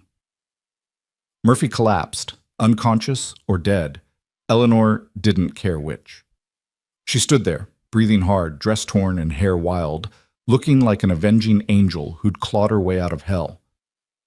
"Are you hurt?" Caleb asked, moving quickly to her side. "No. You're bleeding, though. Just a graze." He pulled her against him, unable to stop himself from holding her for just a moment. She was alive, she was safe, and somehow that mattered more than anything else in the world. The door burst open as townspeople flooded in. Someone had brought rope, and they quickly secured the wounded conspirators. Doc Harrison arrived, medical bag in hand, and immediately went to work on the injured, starting with Caleb despite his protests. "Hold still," the doctor ordered. "That's more than a graze. You're lucky it didn't hit anything vital." While the doctor worked, Eleanor gathered the scattered documents. Some were the ones from the church, but others were new. Worthington's own papers that proved the conspiracy went even deeper than they'd thought. "Look at this," she said, showing Caleb a telegram. "It's from a senator in Washington. He was part of it too, promised to block any federal investigation in exchange for a percentage of the profits." Josiah Wells spat tobacco juice on Worthington's expensive shoes. "How deep does this snake pit go?" "Deep enough," Caleb said grimly. "We need to get these documents to the federal marshal immediately, and we need to do it before anyone else involved learns what's happened here." Brian Turner stepped forward. "I'll ride to Prescott myself. Take my best horse and go straight through." "Take 2 men with you," Caleb advised. "Armed men. There might be others on the road." As Turner prepared to leave, Eleanor noticed something in one of Worthington's ledgers. Her face paled as she read. "Caleb, look at this. It's a list of mines targeted for acquisition. The Silver Hope was just the first. They plan to do this across the entire territory. The implications were staggering. How many towns would have been destroyed? How many innocent people murdered for greed?" Worthington, despite his wounded shoulder, managed a bitter laugh. "You have no idea what you've stumbled into. The men I work for don't accept failure. They'll send others." "Let them come," Caleb said. "We'll be ready." The afternoon wore on as they sorted through evidence and tended to wounds. Eleanor worked alongside Mrs. Chen to treat the injured, her gentle hands and calm demeanor helping to soothe those in pain. Caleb watched her, amazed at her transformation from the proper Boston governess who'd stepped off the stagecoach just days ago. As the sun began to sink toward the mountains, a shout went up from the street. A rider was approaching fast from the east. Caleb grabbed his rifle, expecting trouble, but relaxed when he recognized the rider as Tom Davis, who'd been stationed as a lookout. "Marshal's coming," Davis announced. "Federal Marshal John Sterling with a dozen deputies. They'll be here within the hour." Relief washed through the crowd. Federal authority meant real justice, not the frontier variety that often ended with a rope and a tree. Eleanor found Caleb standing apart from the celebration, looking out at the ruins of Silvervale. She touched his arm gently. "You're thinking about her." "Martha." He nodded slowly. "She'd be about your age now if she'd lived. Had the same kind of courage, the same unwillingness to back down from what was right." "You saved me," Eleanor said softly. "You saved this whole town. That has to count for something." "Maybe." He turned to face her fully. "What will you do now? The town's half destroyed, Henry's gone, and you've got no reason to stay." Eleanor was quiet for a moment, considering. "The town needs rebuilding. The survivors need someone to help them fight for compensation from Worthington's consortium. And..."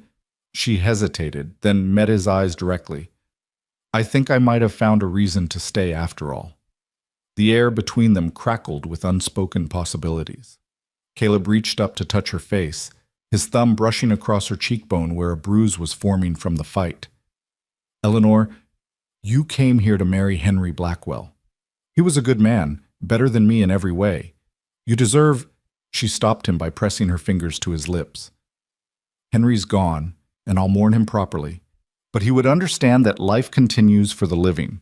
In his last letter, he wrote something I didn't understand until now. He said if anything happened to him, I should find happiness wherever I could, that the territory was full of good men who'd appreciate a strong woman." "He knew," Caleb said wonderingly. "Somehow, he knew." Before Eleanor could respond, the sound of approaching horses interrupted them. The federal marshals had arrived, led by a stern-faced man with silver hair and piercing blue eyes. Marshal Sterling surveyed the scene, the wounded conspirators, the armed townspeople, the evidence laid out on tables. "Caleb Mercer," he said, dismounting. "Got your telegraph? Looks like you've been busy." "Marshal Sterling," Caleb shook the man's hand. "It's worse than I thought. This goes all the way to Washington." Sterling's expression darkened as he examined the documents Eleanor presented. Jesus Christ. A senator, 2 territorial judges, and at least 3 mining commissioners. This is going to shake the whole territory. "Will they face justice?" Eleanor asked. Sterling looked at her, taking in her torn dress and determined expression. "You're Miss Price? The one who found the evidence?" "I had help. Ma'am, with what you've uncovered here, I can promise you they'll all face trial. Federal trial. Some of them will hang, others will spend the rest of their lives in prison." He turned to his deputies. "Secure the prisoners. We're taking them to Prescott tonight." As the marshals worked, Sterling pulled Caleb aside. "I heard about Texas. What happened with the Hendricks woman?" Caleb stiffened, but Sterling continued. "I also heard about everything you did before that. 23 successful operations, more commendations than any ranger in the territory. One tragedy doesn't erase all that good. Tell that to Martha Hendricks." "I can't, but I can tell you that the Rangers want you back. Hell, after this, they'll probably give you a promotion." Caleb looked over at Eleanor, who was helping to bandage one of the injured miners. "I think my rangering days are done, Marshal. Found something else worth doing." Sterling followed his gaze and smiled slightly. "I see. Well, if you change your mind, the offer stands." As night fell, the conspirators were loaded into a prison wagon. Worthington, pale from blood loss but still arrogant, called out to Eleanor as he passed. "You think you've won, but you've gained nothing. The mine is still buried, the town is still destroyed, and your precious Henry is still dead." Eleanor stepped forward, her chin raised. "Henry died saving others. You'll die at the end of a rope, remembered only as a murderer and a coward. I'd say I've won everything that matters. Murphy, conscious now but groggy, spat at her feet. Should have killed you when I had the chance. You never had a chance, Caleb said coldly. Men like you always think violence is strength, but you're wrong. She's stronger than you'll ever be. The prison wagon rolled away, taking the conspirators toward justice. The townspeople began to disperse, exhausted from the day's events. Tomorrow would bring new challenges, clearing the mine, rebuilding homes, fighting legal battles for compensation. But tonight, they had victory. Eleanor stood in the street, watching the stars emerge in the clear desert sky. Caleb joined her, standing close enough that their shoulders touched. I need to bury him properly, she said quietly. Henry deserves a real funeral, with words said over him. We'll organize it tomorrow. The whole town will come. He saved 4 men. Their families will want to pay their respects. And after that? After that, we rebuild. The Silver Hope is still down there, still full of silver. The town can rise again, stronger than before. We? Eleanor looked up at him. You're staying? Caleb took her hand, interlacing their fingers as he had in the saloon that first night. If you'll have me. I know I'm not what you came here for. No, Eleanor agreed. You're what I found. Henry brought me here, but maybe this was always meant to happen. Maybe fate has its own plans. They stood together in the darkness, 2 damaged souls who'd found each other in the ruins of tragedy. Around them, the destroyed town slept fitfully, but there was hope now. The truth had been revealed, justice was being served, and from the ashes of Silvervale, something new could grow. The next morning brought unexpected revelations. As the townspeople gathered to plan Henry's funeral, a stranger arrived on the morning stage. He was young, barely 20, with Henry's same strong jaw and kind eyes. I'm looking for Eleanor Price, he announced. I'm William Blackwell, Henry's brother. Eleanor's heart clenched. She'd known Henry had a younger brother in Colorado, but hadn't expected him to come. William's eyes were red-rimmed with grief, but he held himself with dignity. I received word about Henry. I came as soon as I could. He looked at Eleanor. You're her, aren't you? The woman he was going to marry? Yes. William reached into his jacket and pulled out an envelope. Henry sent this to me 2 weeks before the slide. He said if anything happened to him, I was to give it to you personally. Eleanor's hands trembled as she opened the letter. Henry's familiar handwriting blurred through her tears. My dearest Eleanor, she read aloud, if you're reading this, then my fears have come true. The dangers I've faced here have finally caught up with me, but please don't mourn too long. You came west for a new life, and I want you to have it, even if I can't be part of it. The territory needs strong women like you. Silvervale needs someone who believes in justice and truth. Mr. Mercer, whom I've asked to protect you if needed, is the best man I know in Arizona. Trust him. More than that, if your heart leads you to him, follow it without guilt. My greatest wish was for your happiness. If I cannot provide it, I pray someone worthy will. All my love. Henry. Eleanor pressed the letter to her chest, tears flowing freely. Even in death, Henry was looking out for her, giving her permission to live and love again. William cleared his throat. There's also this.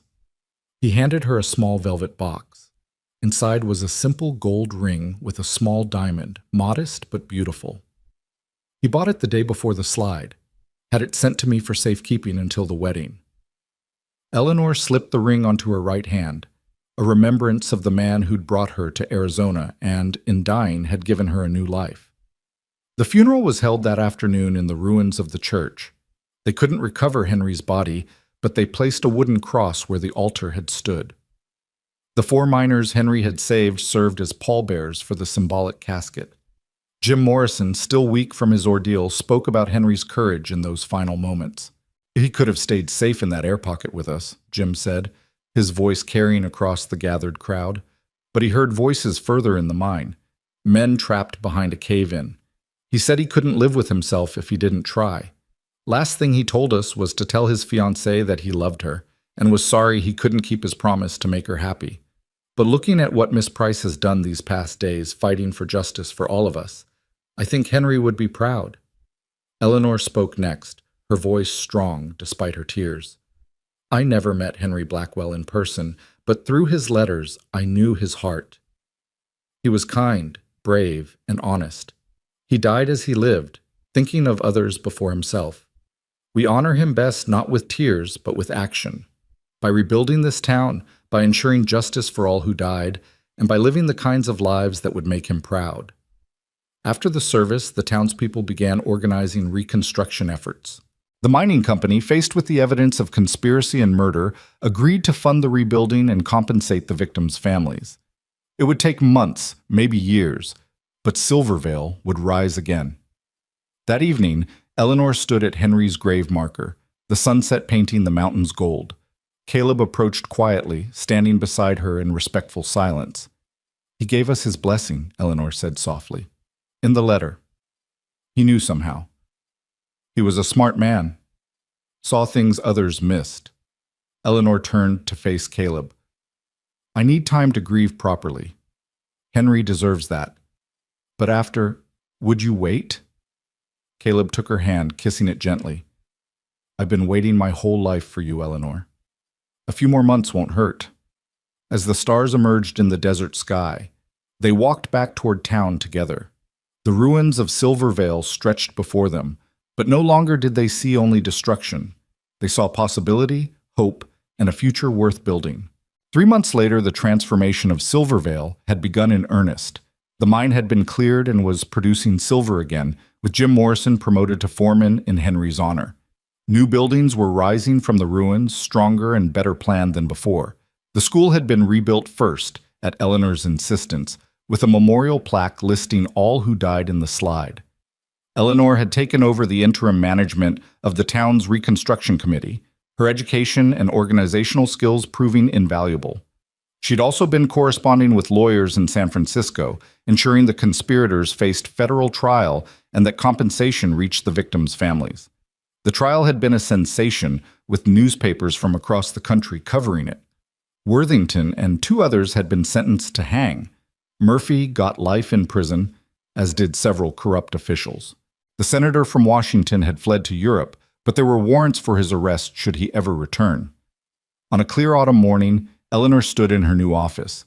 She'd been officially hired by the mining company as their liaison with the town. Through the window, she could see the mountains that had brought so much death, but also held the promise of life. A knock at the door interrupted her thoughts. Caleb entered, still wearing his badge, but now it gleamed like new. The town had officially appointed him sheriff, and the rangers had given him an honorary commission.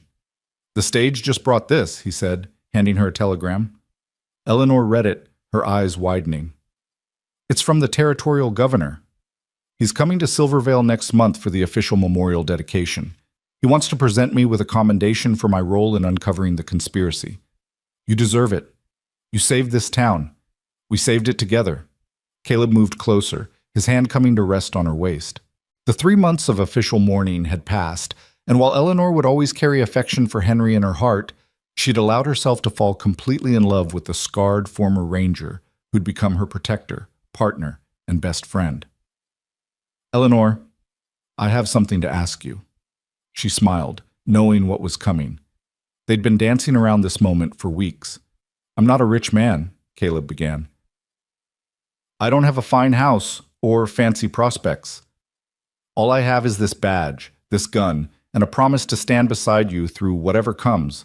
But if you'll have me..." Eleanor silenced him with a kiss, pouring all her answer into that single gesture. When they finally parted, both were breathless. "Is that a yes?" "That's a yes to everything. To you, to this town, to the life we'll build together." Caleb pulled out a simple gold band.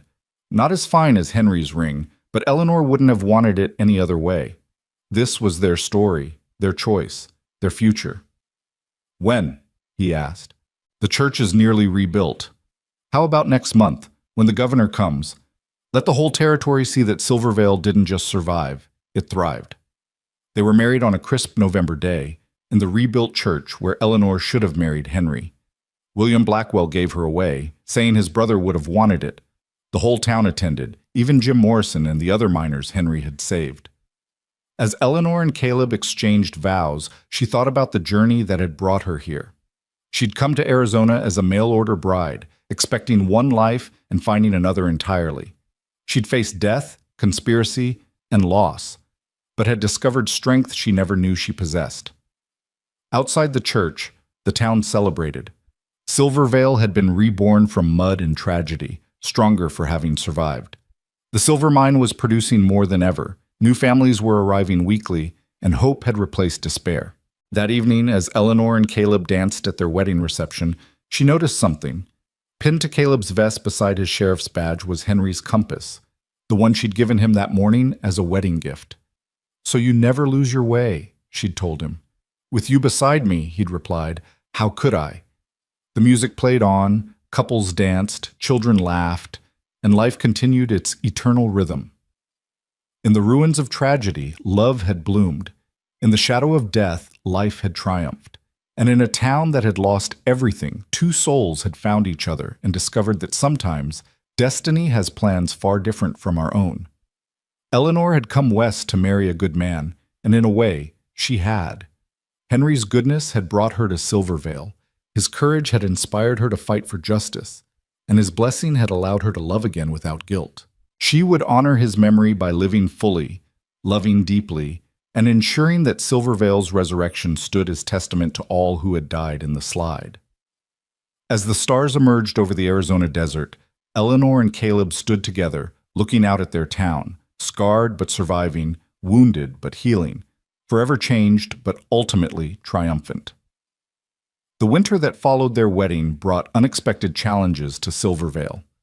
December's bitter winds howled through the valley, and with them came a stranger who would shake the foundations of everything Eleanor and Caleb had built. The man stepped off the afternoon stage dressed in an expensive black coat, his face hidden beneath a wide-brimmed hat. But it was the way he moved, calculated, dangerous, that made Caleb's hand drift instinctively to his gun. "Trouble," Caleb murmured to Eleanor as they watched from their office window. They'd been reviewing plans for the new courthouse when the stage arrived. "You know him?" "No, but I know the type." "See how he's scanning the buildings, memorizing exits? That's a gunfighter, or I'm not wearing a badge." The stranger made his way to the Imperial Hotel, which had been rebuilt grander than before with compensation money from Worthington's consortium. Eleanor tried to dismiss her unease, but throughout the day she noticed the man appearing at odd moments, outside the bank when she made a deposit, across from the school when she checked on the children's Christmas preparations, near the mine entrance when she delivered payroll documents. That evening, as Eleanor and Caleb sat by their fireplace in the small house they'd built on the edge of town, a knock came at the door. Caleb answered with his gun drawn but concealed behind the doorframe. The stranger stood there, hat in hand, revealing a face marked by years of hard living and eyes the color of old brass. "Sheriff Mercer, Mrs. Mercer," he said with a slight southern drawl. "My name is Samuel Cross. I believe we need to talk about Charles Worthington." Eleanor's blood chilled. Worthington had been hanged 2 months ago, his conspiracy exposed and justice served. "What about him?" "May I come in?" "What I have to say shouldn't be discussed on doorsteps." Caleb stepped aside, but kept his weapon ready. Cross entered, his movements respectful but alert, like a wolf accepting temporary domestication. He took the chair Caleb indicated, one that put his back to a wall and gave him a view of both doors. "Worthington had a brother," Cross began without preamble. "Thomas. Older, meaner, and considerably more dangerous. He's been in South America these past 5 years, running emerald mines with methods that would make what happened here look civilized." "And?" Caleb prompted, though he could already guess. "He's returned. Landed in San Francisco 2 weeks ago. Word is he's coming here to settle what he considers a blood debt." Cross pulled out a wanted poster from his coat. The man in the sketch bore enough resemblance to Charles Worthington to be recognizable as kin, but where Charles had possessed a certain soft city weakness, this face was all hard angles and predator eyes. "Why warn us?" Eleanor asked. "What's your interest in this?" Cross was quiet for a moment, then rolled up his left sleeve to reveal an old brand mark, the letter T burned into his forearm.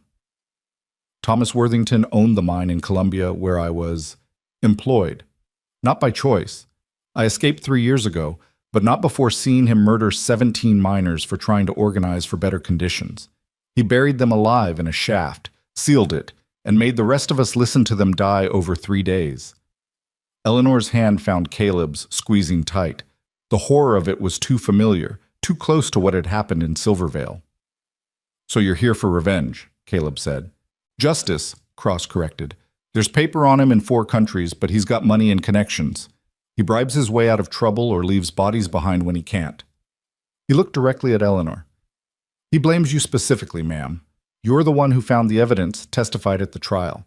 In his mind, you killed his brother." "His brother killed himself with his greed and murder," Eleanor said firmly, though fear crept along her spine. "Men like Thomas don't see it that way. He's bringing professional guns with him, at least 4, maybe more. They'll arrive separately, drift into town over the next week to avoid suspicion. Then they'll move." Caleb stood, pacing to the window. "How do you know all this?" "I've been tracking him since I heard he left Colombia. I have friends who keep me informed, people who suffered under his rule." Cross stood as well. "I'm not asking to be deputized or welcomed. I'm just telling you what's coming. What you do with the information is your choice." After Cross left, Eleanor and Caleb sat in tense silence. They'd fought so hard to rebuild Silvervale, to create something good from the ashes of tragedy. Now that peace was threatened again. "We could leave," Eleanor said quietly. "Start over somewhere else." Caleb looked at her in surprise. "You want to run?" "I want to live. We both know what men like this are capable of. We've seen it. And if we run, what happens to the town, to Jim Morrison and Josiah Wells and Mrs. Chen? Do we leave them to face Worthington's vengeance alone?" Eleanor closed her eyes, knowing he was right. They couldn't abandon the people who'd become their family, their community. "Then we fight." "Then we fight," Caleb agreed, pulling her close. "But we fight smart." The next morning, Caleb quietly began preparations. He met with the town council, explaining the threat without causing panic. Jim Morrison and the miners volunteered to stand guard in shifts. Mrs. Chen organized the women to watch for strangers. Even the children were given tasks, running messages, watching from high windows where they wouldn't be suspected as lookouts. 3 days passed in tense normality. Eleanor continued her work at the mining office, though Caleb insisted she carry the small derringer Henry had meant to give her as a wedding present. She'd never thought she'd need it, but now its weight in her pocket provided cold comfort. On the 4th day, the first stranger arrived. He called himself Wade Jackson, claiming to be a cattle buyer from Texas. But his hands were too soft for ranch work, and his eyes lingered too long on the sheriff's office. Caleb assigned Josiah to shadow him discreetly. The second came the next day. A woman, which surprised everyone. She took a room at Mrs. Chen's boarding house under the name Catherine Moore, said she was a widow heading to California but needed rest from her travels. She was beautiful in a hard way, with dark hair and green eyes that missed nothing. Mrs. Chen reported that she asked many questions about the town's layout, especially about the sheriff's home. "A woman gunfighter?" Eleanor asked when Caleb told her. "I've seen it before. Sometimes they're deadlier than the men because no one expects it." The 3rd and 4th arrived together, posing as mining equipment salesmen.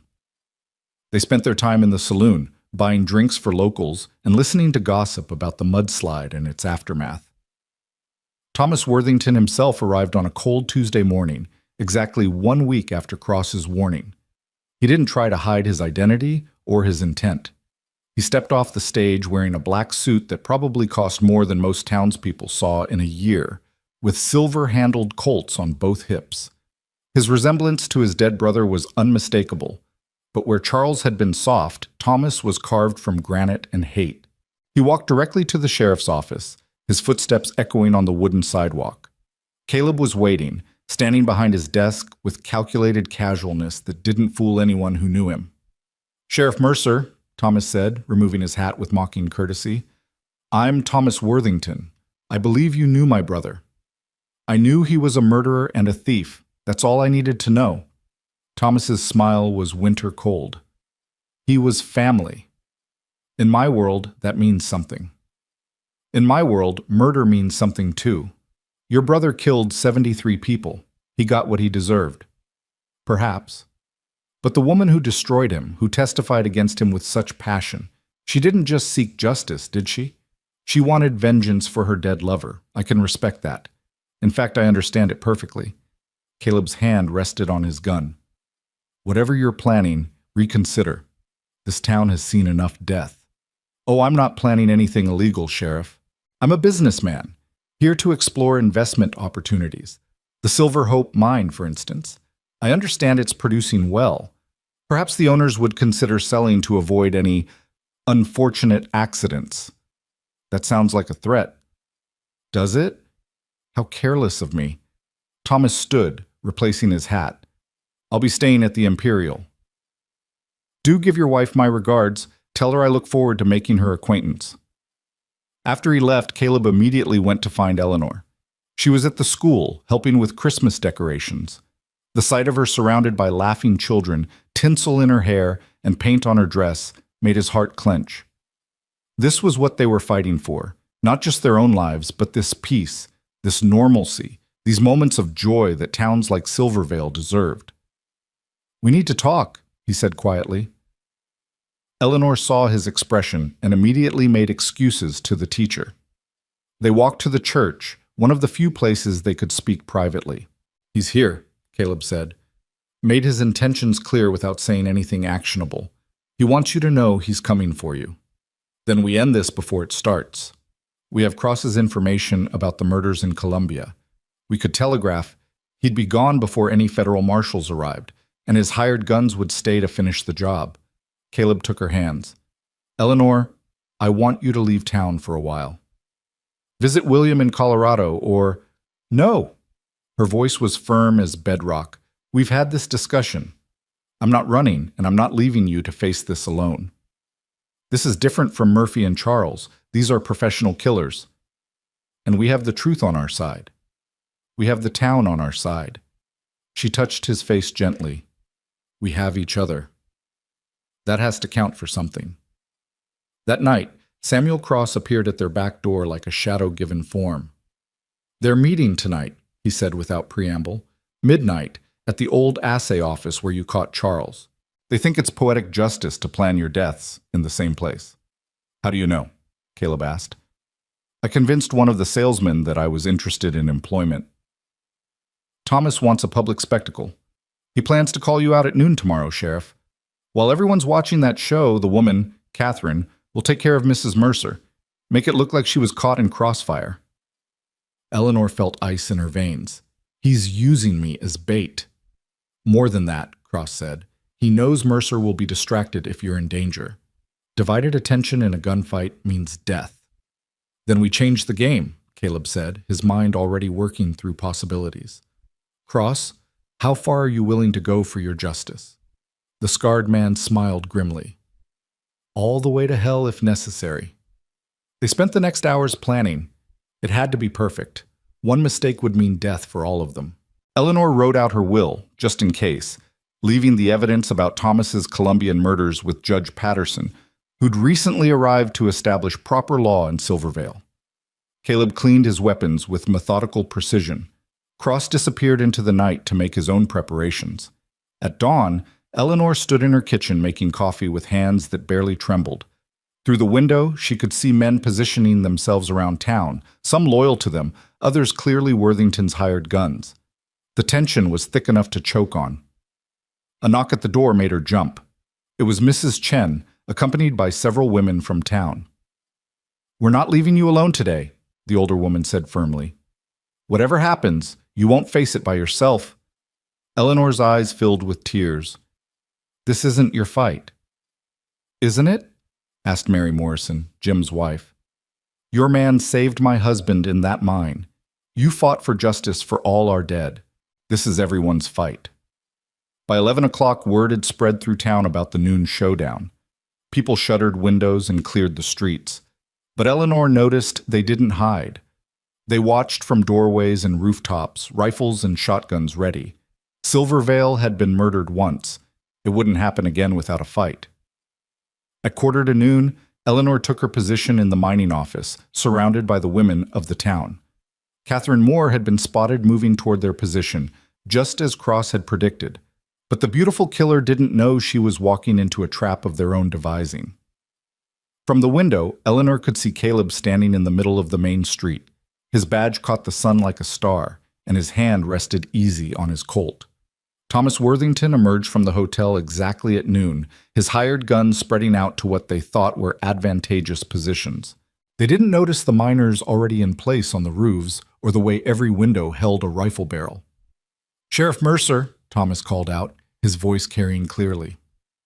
"I challenge you to settle this like men. No badges, no law, just justice for my brother." "Your brother got justice," Caleb replied. "A trial, a verdict, and a rope. That's more than he gave his victims. Nevertheless, I demand satisfaction." "Then come and take it." Eleanor watched Catherine Moore slip into the building's back entrance, moving with deadly grace toward the stairs. But she'd barely made it 3 steps before Mrs. Chen stepped out behind her with an ancient but functional scattergun. "Drop the weapons," the boarding house owner said calmly. Catherine spun, her hand flying to the pistol at her hip, but froze when she saw not just Mrs. Chen, but 5 other women, all armed, all with the steady eyes of people who'd survived catastrophe and wouldn't be victims again. "You're making a mistake," Catherine said, her cultured voice at odds with the situation. "No," Eleanor said, stepping into view with Henry's derringer steady in her hand. "You made the mistake when you came to our town." Outside, the gunfight erupted with thunder. Caleb drew faster than thought, his first shot catching Thomas in the shoulder, spinning him around.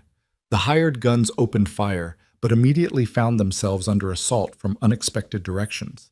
Miners fired from rooftops, shopkeepers from doorways. Josiah Wells put a load of buckshot into Wade Jackson's legs, dropping him screaming to the dust. One of the equipment salesmen tried to flank Caleb, but never saw Samuel Cross emerge from the shadows of the saloon. The gunfighter's revenge was swift and final, a single shot that dropped the man before he could fire. Thomas, wounded but not finished, managed to get behind a water trough. "You think you've won?" he shouted. "I have more men coming. An army if necessary." "No, you don't," Cross called out, stepping into the open. "I telegraphed every lawman between here and San Francisco about your location and intentions. There's nowhere to run, Thomas. It ends here." Thomas's face contorted with rage when he recognized Cross. You're supposed to be dead." "Disappointed? You should have made sure of it in Columbia." Thomas rose from cover, both guns blazing. Cross and Caleb fired simultaneously, their shots converging on the man who'd brought death to so many. Thomas Worthington crumpled to the dusty street, his blood mixing with the earth of the town his brother had tried to destroy. The remaining hired guns, seeing their employer dead and facing the armed fury of an entire town, threw down their weapons. Catherine Moore, realizing she was outmaneuvered and outgunned by a group of determined townswomen, did the same with a bitter smile. "I underestimated you," she told Eleanor. "I won't make that mistake again." "You won't get the chance," Eleanor replied. "Federal marshals are already on their way. You'll hang beside any of these men who survive." The aftermath was swift. Judge Patterson, who'd watched the entire confrontation from his office, ruled it justified self-defense. The surviving hired guns were arrested and held for federal authorities. Catherine Moore, it turned out, had warrants in 3 states for murder and attempted murder. She'd be facing trial in California first. Samuel Cross stood over Thomas Worthington's body, his quest for justice finally complete. "It's done," he said quietly. 17 miners can rest easier." "What will you do now?" Caleb asked. Cross looked at the badge on Caleb's chest, then at the town around them. "Maybe find a place that needs protecting. A place that understands justice isn't always clean or pretty, but necessary." "Silvervale could use another deputy," Caleb offered. "Man with your skills would be welcome." Cross considered this, then nodded slowly. "I'll think on it." That evening, as the town celebrated their second victory over those who would destroy them, Eleanor stood with Caleb on the hill overlooking Silvervale. The Christmas decorations twinkled in windows, and the sound of singing drifted from the saloon, not drunken carousing, but genuine celebration of life and community. "We did it," Eleanor said, leaning into her husband's embrace. "We really did it." "You did it," Caleb corrected. "You and those women. turned the tables on a professional killer with nothing but courage and scatterguns. We all did it. The whole town. That's what makes us strong, not any one person, but all of us together. A figure approached from the darkness, Cross, now wearing a deputy's badge that Caleb had offered, and he'd accepted. Thought you should know, the federal marshals will be here tomorrow. They're bringing something else too. A special commendation from the president himself for the town's courage in standing against corruption and murder. Eleanor smiled. From a destroyed mining town to presidential recognition, Henry would be amazed. No, Caleb said thoughtfully. I think he'd have expected it. He saw something special in this place.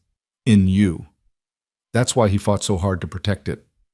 As they walked back toward town, Eleanor noticed something different. The fear that had lingered since the mudslide was finally gone. Silvervale had faced destruction twice and survived both times. They'd proven that good people standing together could overcome evil, no matter how well-funded or well-armed it might be.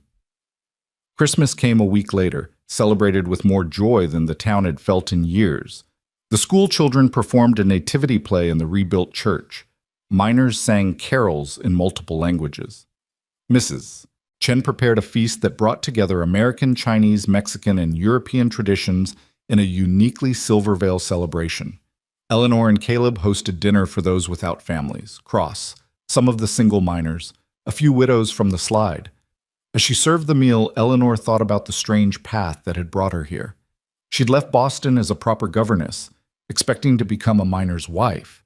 Instead, she'd become a fighter for justice, a defender of the innocent, and the wife of a sheriff who'd found redemption in protecting others.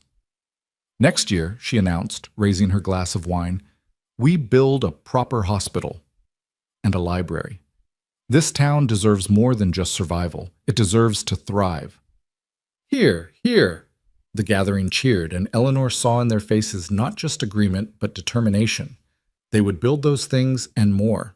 They would make Silvervale a beacon of civilization in the wilderness, proof that communities could overcome any tragedy if they stood together. Later that night, as snow began to fall, rare for the Arizona territory but not unheard of, Eleanor and Caleb stood on their porch watching it dust the town in white.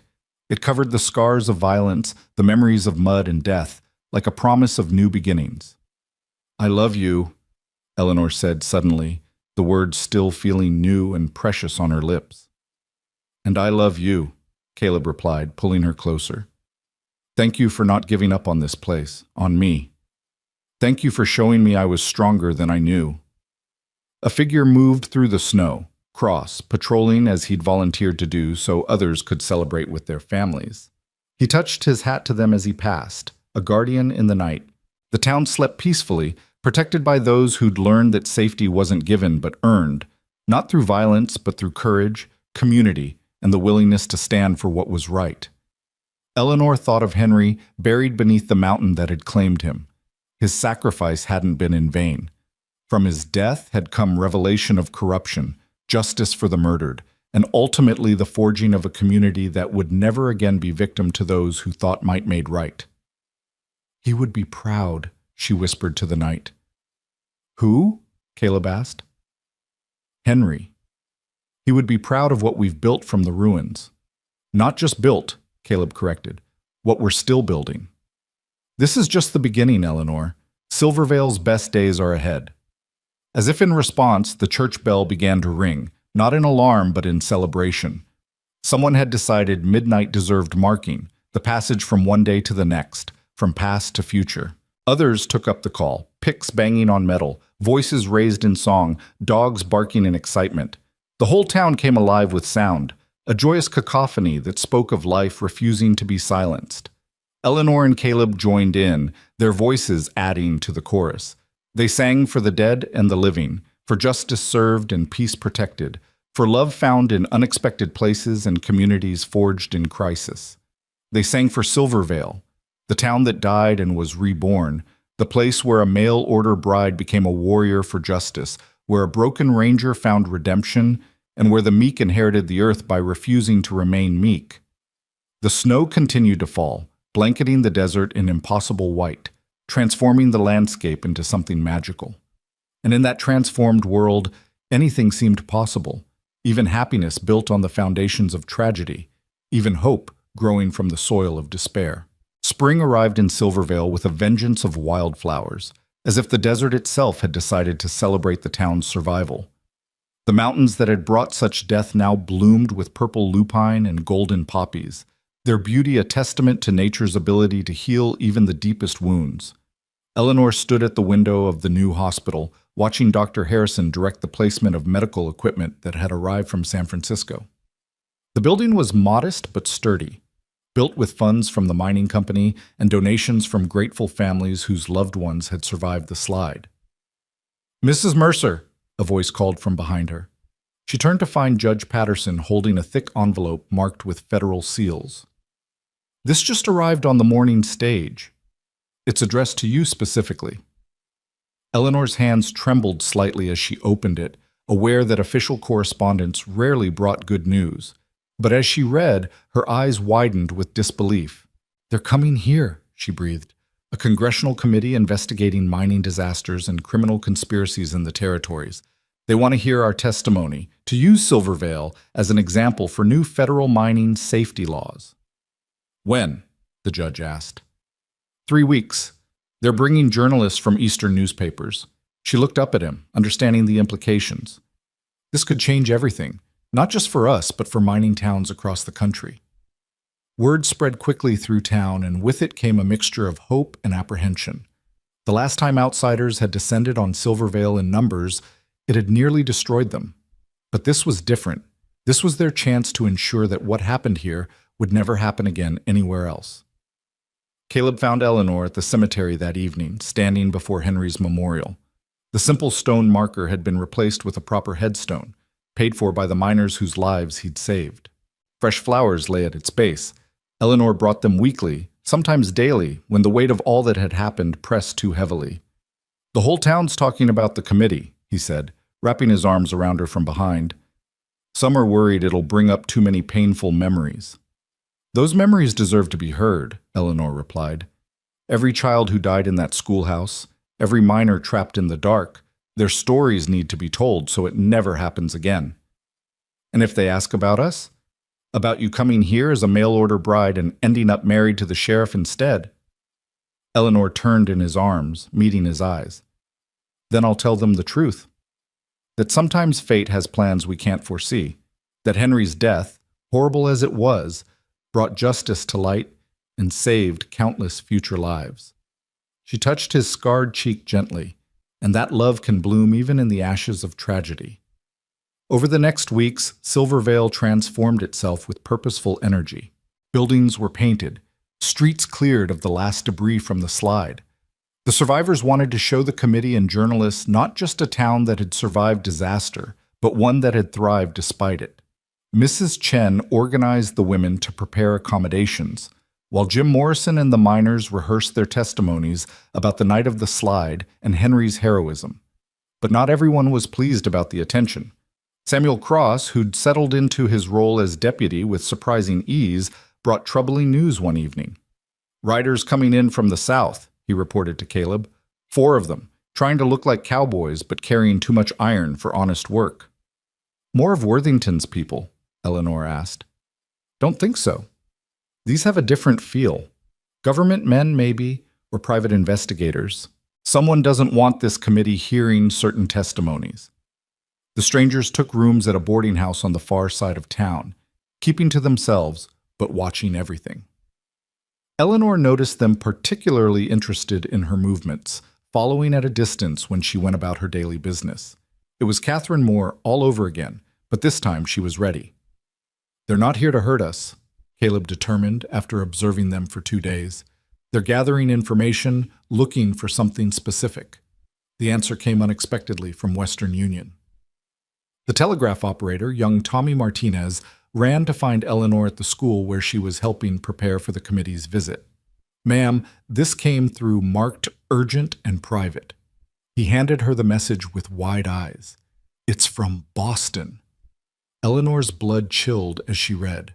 It was from her sister Margaret, whom she hadn't heard from since leaving to marry Henry. The message was brief but alarming. Father's papers revealed irregularities. Morrison Mining Company investigating. They say Henry embezzled funds. Lawyers coming to Silvervale. Guard yourself. Embezzlement? Eleanor said aloud, disbelief and anger warring in her voice. Henry? She found Caleb immediately, showing him the telegram. His face darkened as he read. This is why those men are here. Someone's trying to discredit Henry posthumously, make him the villain instead of the victim. But why now? Why when the committee is coming? To muddy the waters. If they can paint Henry as a thief, then maybe Worthington and the others were just recovering stolen property.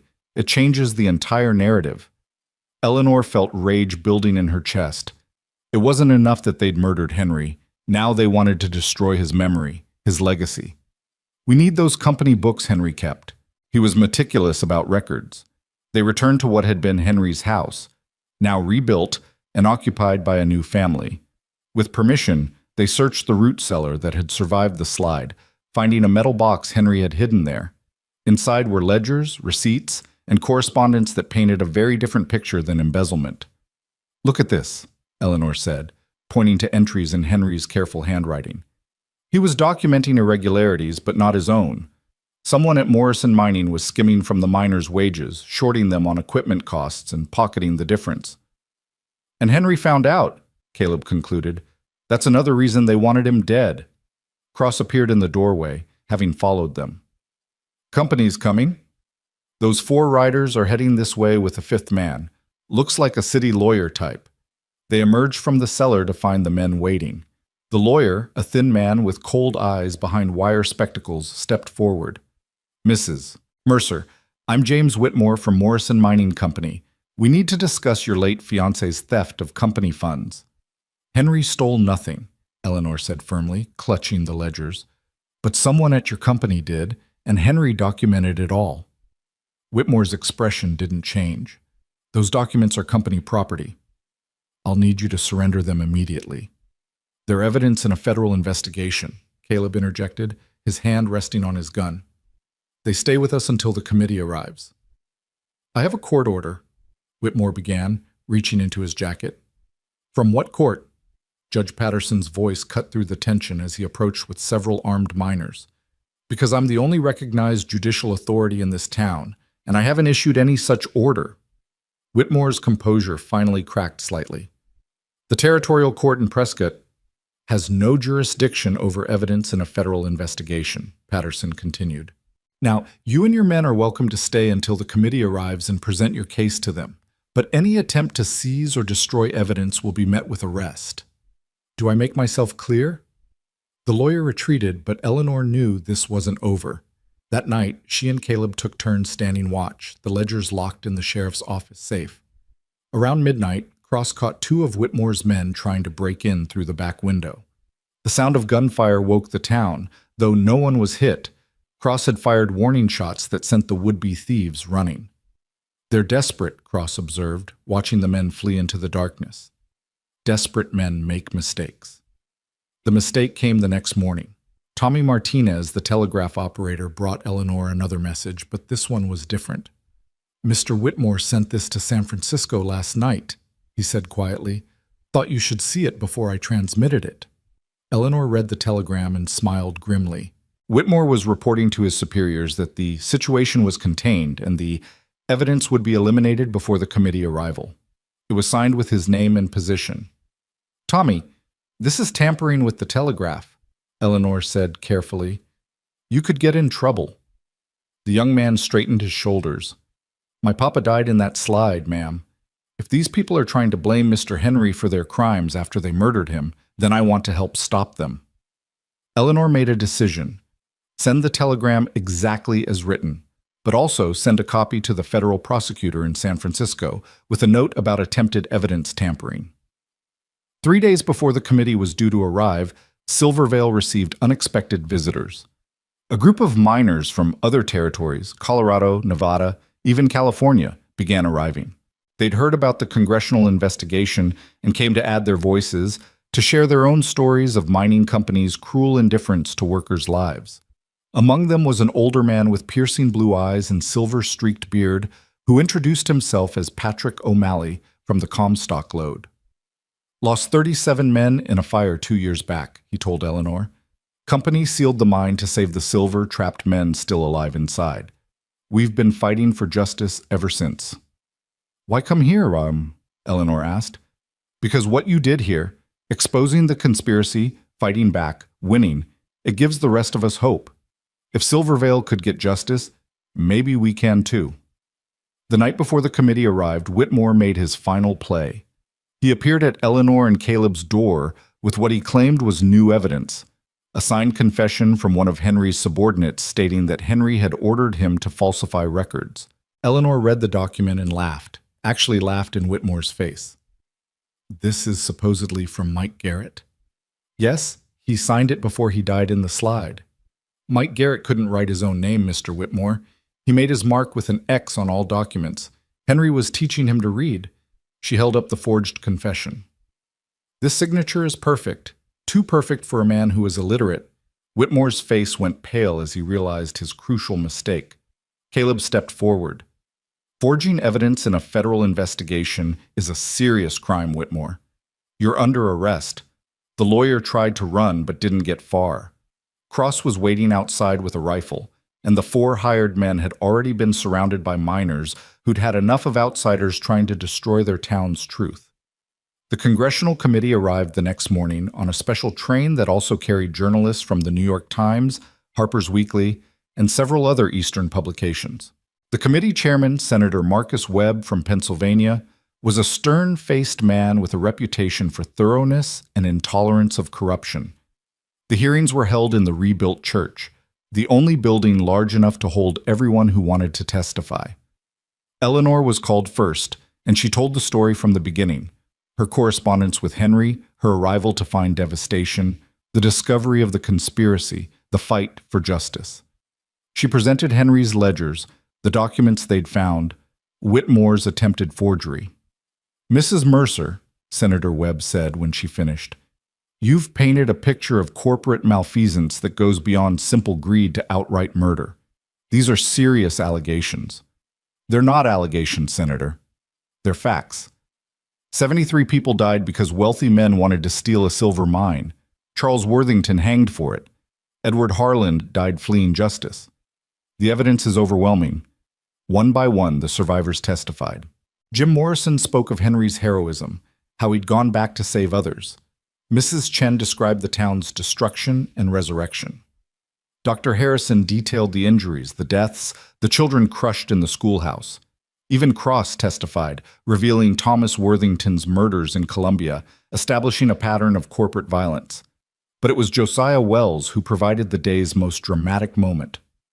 The old miner stood before the committee with tears streaming down his weathered face. I've been digging in these mountains for 30 years, he said. Seen men die from cave-ins, explosions, bad air. Always told ourselves it was the price of progress. But this weren't no accident, weren't no act of God. This was murder, plain and simple. And if the federal government don't do something about it, there'll be more Silvervales, more dead children, more widows. How many have to die before someone says enough? The journalist scribbled frantically. The committee members exchanged troubled looks. Senator Webb called a recess. During the break, Eleanor found herself surrounded by reporters wanting her story, the mail-order bride who became a crusader for justice. She answered their questions carefully, always bringing focus back to the victims, to Henry's sacrifice, to the town's courage. Mrs. Mercer, a reporter from Harper's asked, do you regret coming west? If you'd known what awaited you, would you have stayed in Boston? Eleanor looked across the church to where Caleb stood talking with the committee members, his badge catching the light. She thought of Henry's grave on the hillside, of the children playing in the rebuilt school, of the town that had become her home. Every choice we make leads us somewhere, she said. I came here to marry a good man, and though I never met him in life, Henry Blackwell's goodness shaped everything that followed. His death exposed a conspiracy that might have killed thousands more. His courage inspired a town to fight back. So no, I don't regret coming. This is where I was meant to be. When the hearings resumed, Senator Webb announced that Whitmore and his men would be turned over to federal authorities for prosecution. Morrison Mining Company would face a full investigation. More importantly, the committee would recommend new federal laws governing mine safety and corporate accountability. What happened in Silvervale must never happen again, Webb declared. This committee will ensure that the deaths here were not in vain. The crowd erupted in applause. Eleanor felt Caleb's hand find hers, squeezing tight. They'd done it.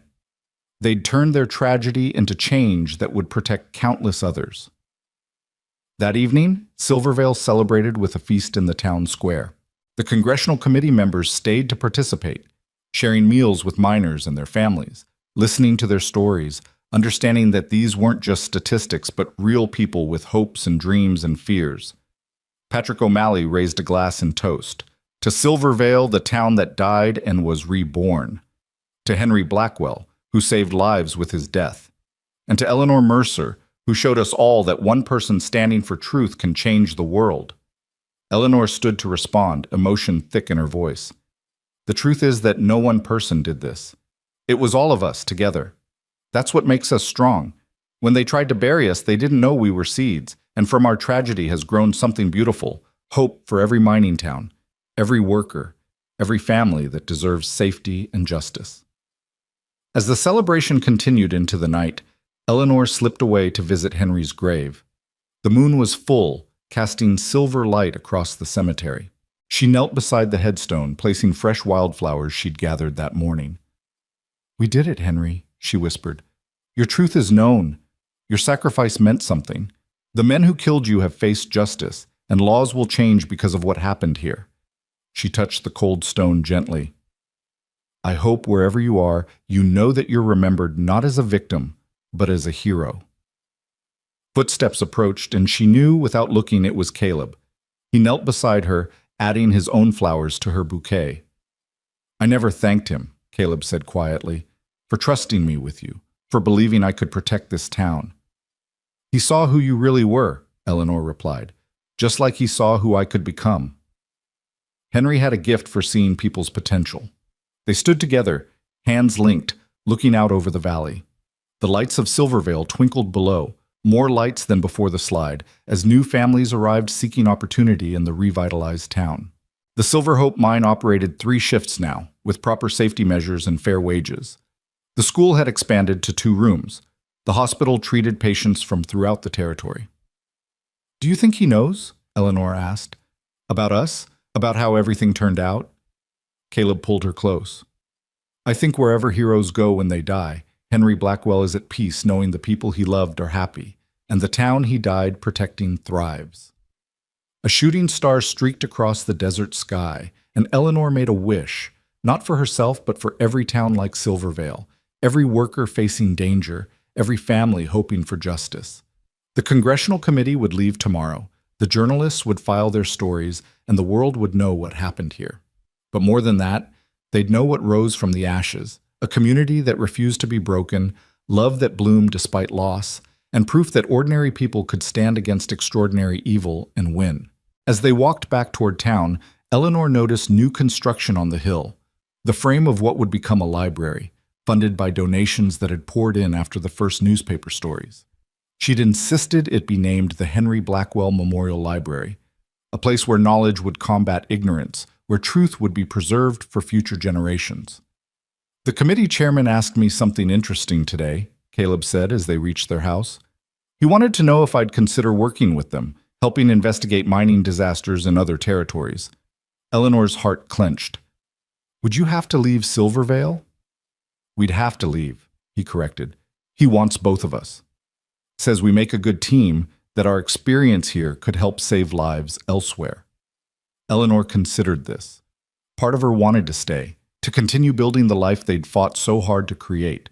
But another part, the part that had found strength in fighting for justice, recognized the opportunity to help others as they'd been helped. "Can we think about it?" she asked. "Of course. We have time to decide." That night, as they lay in bed listening to the desert wind, Eleanor thought about the journey that had brought her here. She'd left Boston seeking a simple life as a miner's wife. Instead, she'd found herself at the center of a battle between good and evil, weakness and strength, despair and hope. She'd lost the man she'd planned to marry, but found a love she hadn't expected. She'd seen a town destroyed and helped rebuild it stronger than before. "Caleb?" she whispered in the darkness. "Hmm?" "I think we should do it. Help the committee, I mean. Henry saved 4 men by going back into that mine.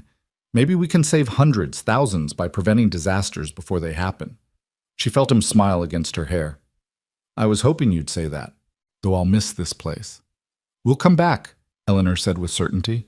"Silvervale is our home. It's where our story began. But maybe our story is bigger than just this town. Maybe what happened here was preparing us for something more." The next morning, as the committee's train prepared to depart, Senator Webb formally offered them positions as special investigators. They would travel the territories, examining mining operations, investigating accidents, recommending reforms. It was dangerous work.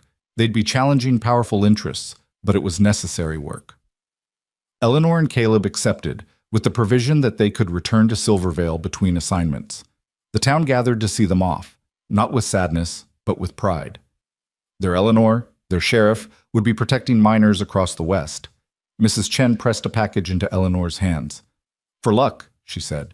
Inside was a small silk pouch containing soil from Silvervale, a reminder of where they came from and what they fought for. Jim Morrison shook Caleb's hand firmly. "Henry would be proud. You're continuing his work just on a bigger scale." As the train pulled away, Eleanor stood on the rear platform, watching Silvervale grow smaller in the distance. But she wasn't leaving, not really. She was carrying the town's spirit with her, its resilience and courage. It's proof that good people standing together could overcome any evil. Cross, who'd agreed to serve as sheriff in Caleb's absence, raised his hand in farewell. The town would be safe in his capable hands. And when Eleanor and Caleb returned, as they would again and again over the years, they'd find it thriving, growing, becoming the beacon of civilization they'd all dreamed it could be. The train curved around a bend and Silvervale disappeared from view. But Eleanor didn't look back with sadness. She looked forward with hope, her hand in Caleb's, ready for whatever challenges awaited. They'd face death and conspiracy, loss and betrayal, and emerge stronger. Whatever came next, they'd face it together, carrying with them the lessons of a town that refused to die and the memory of a good man whose sacrifice had changed everything.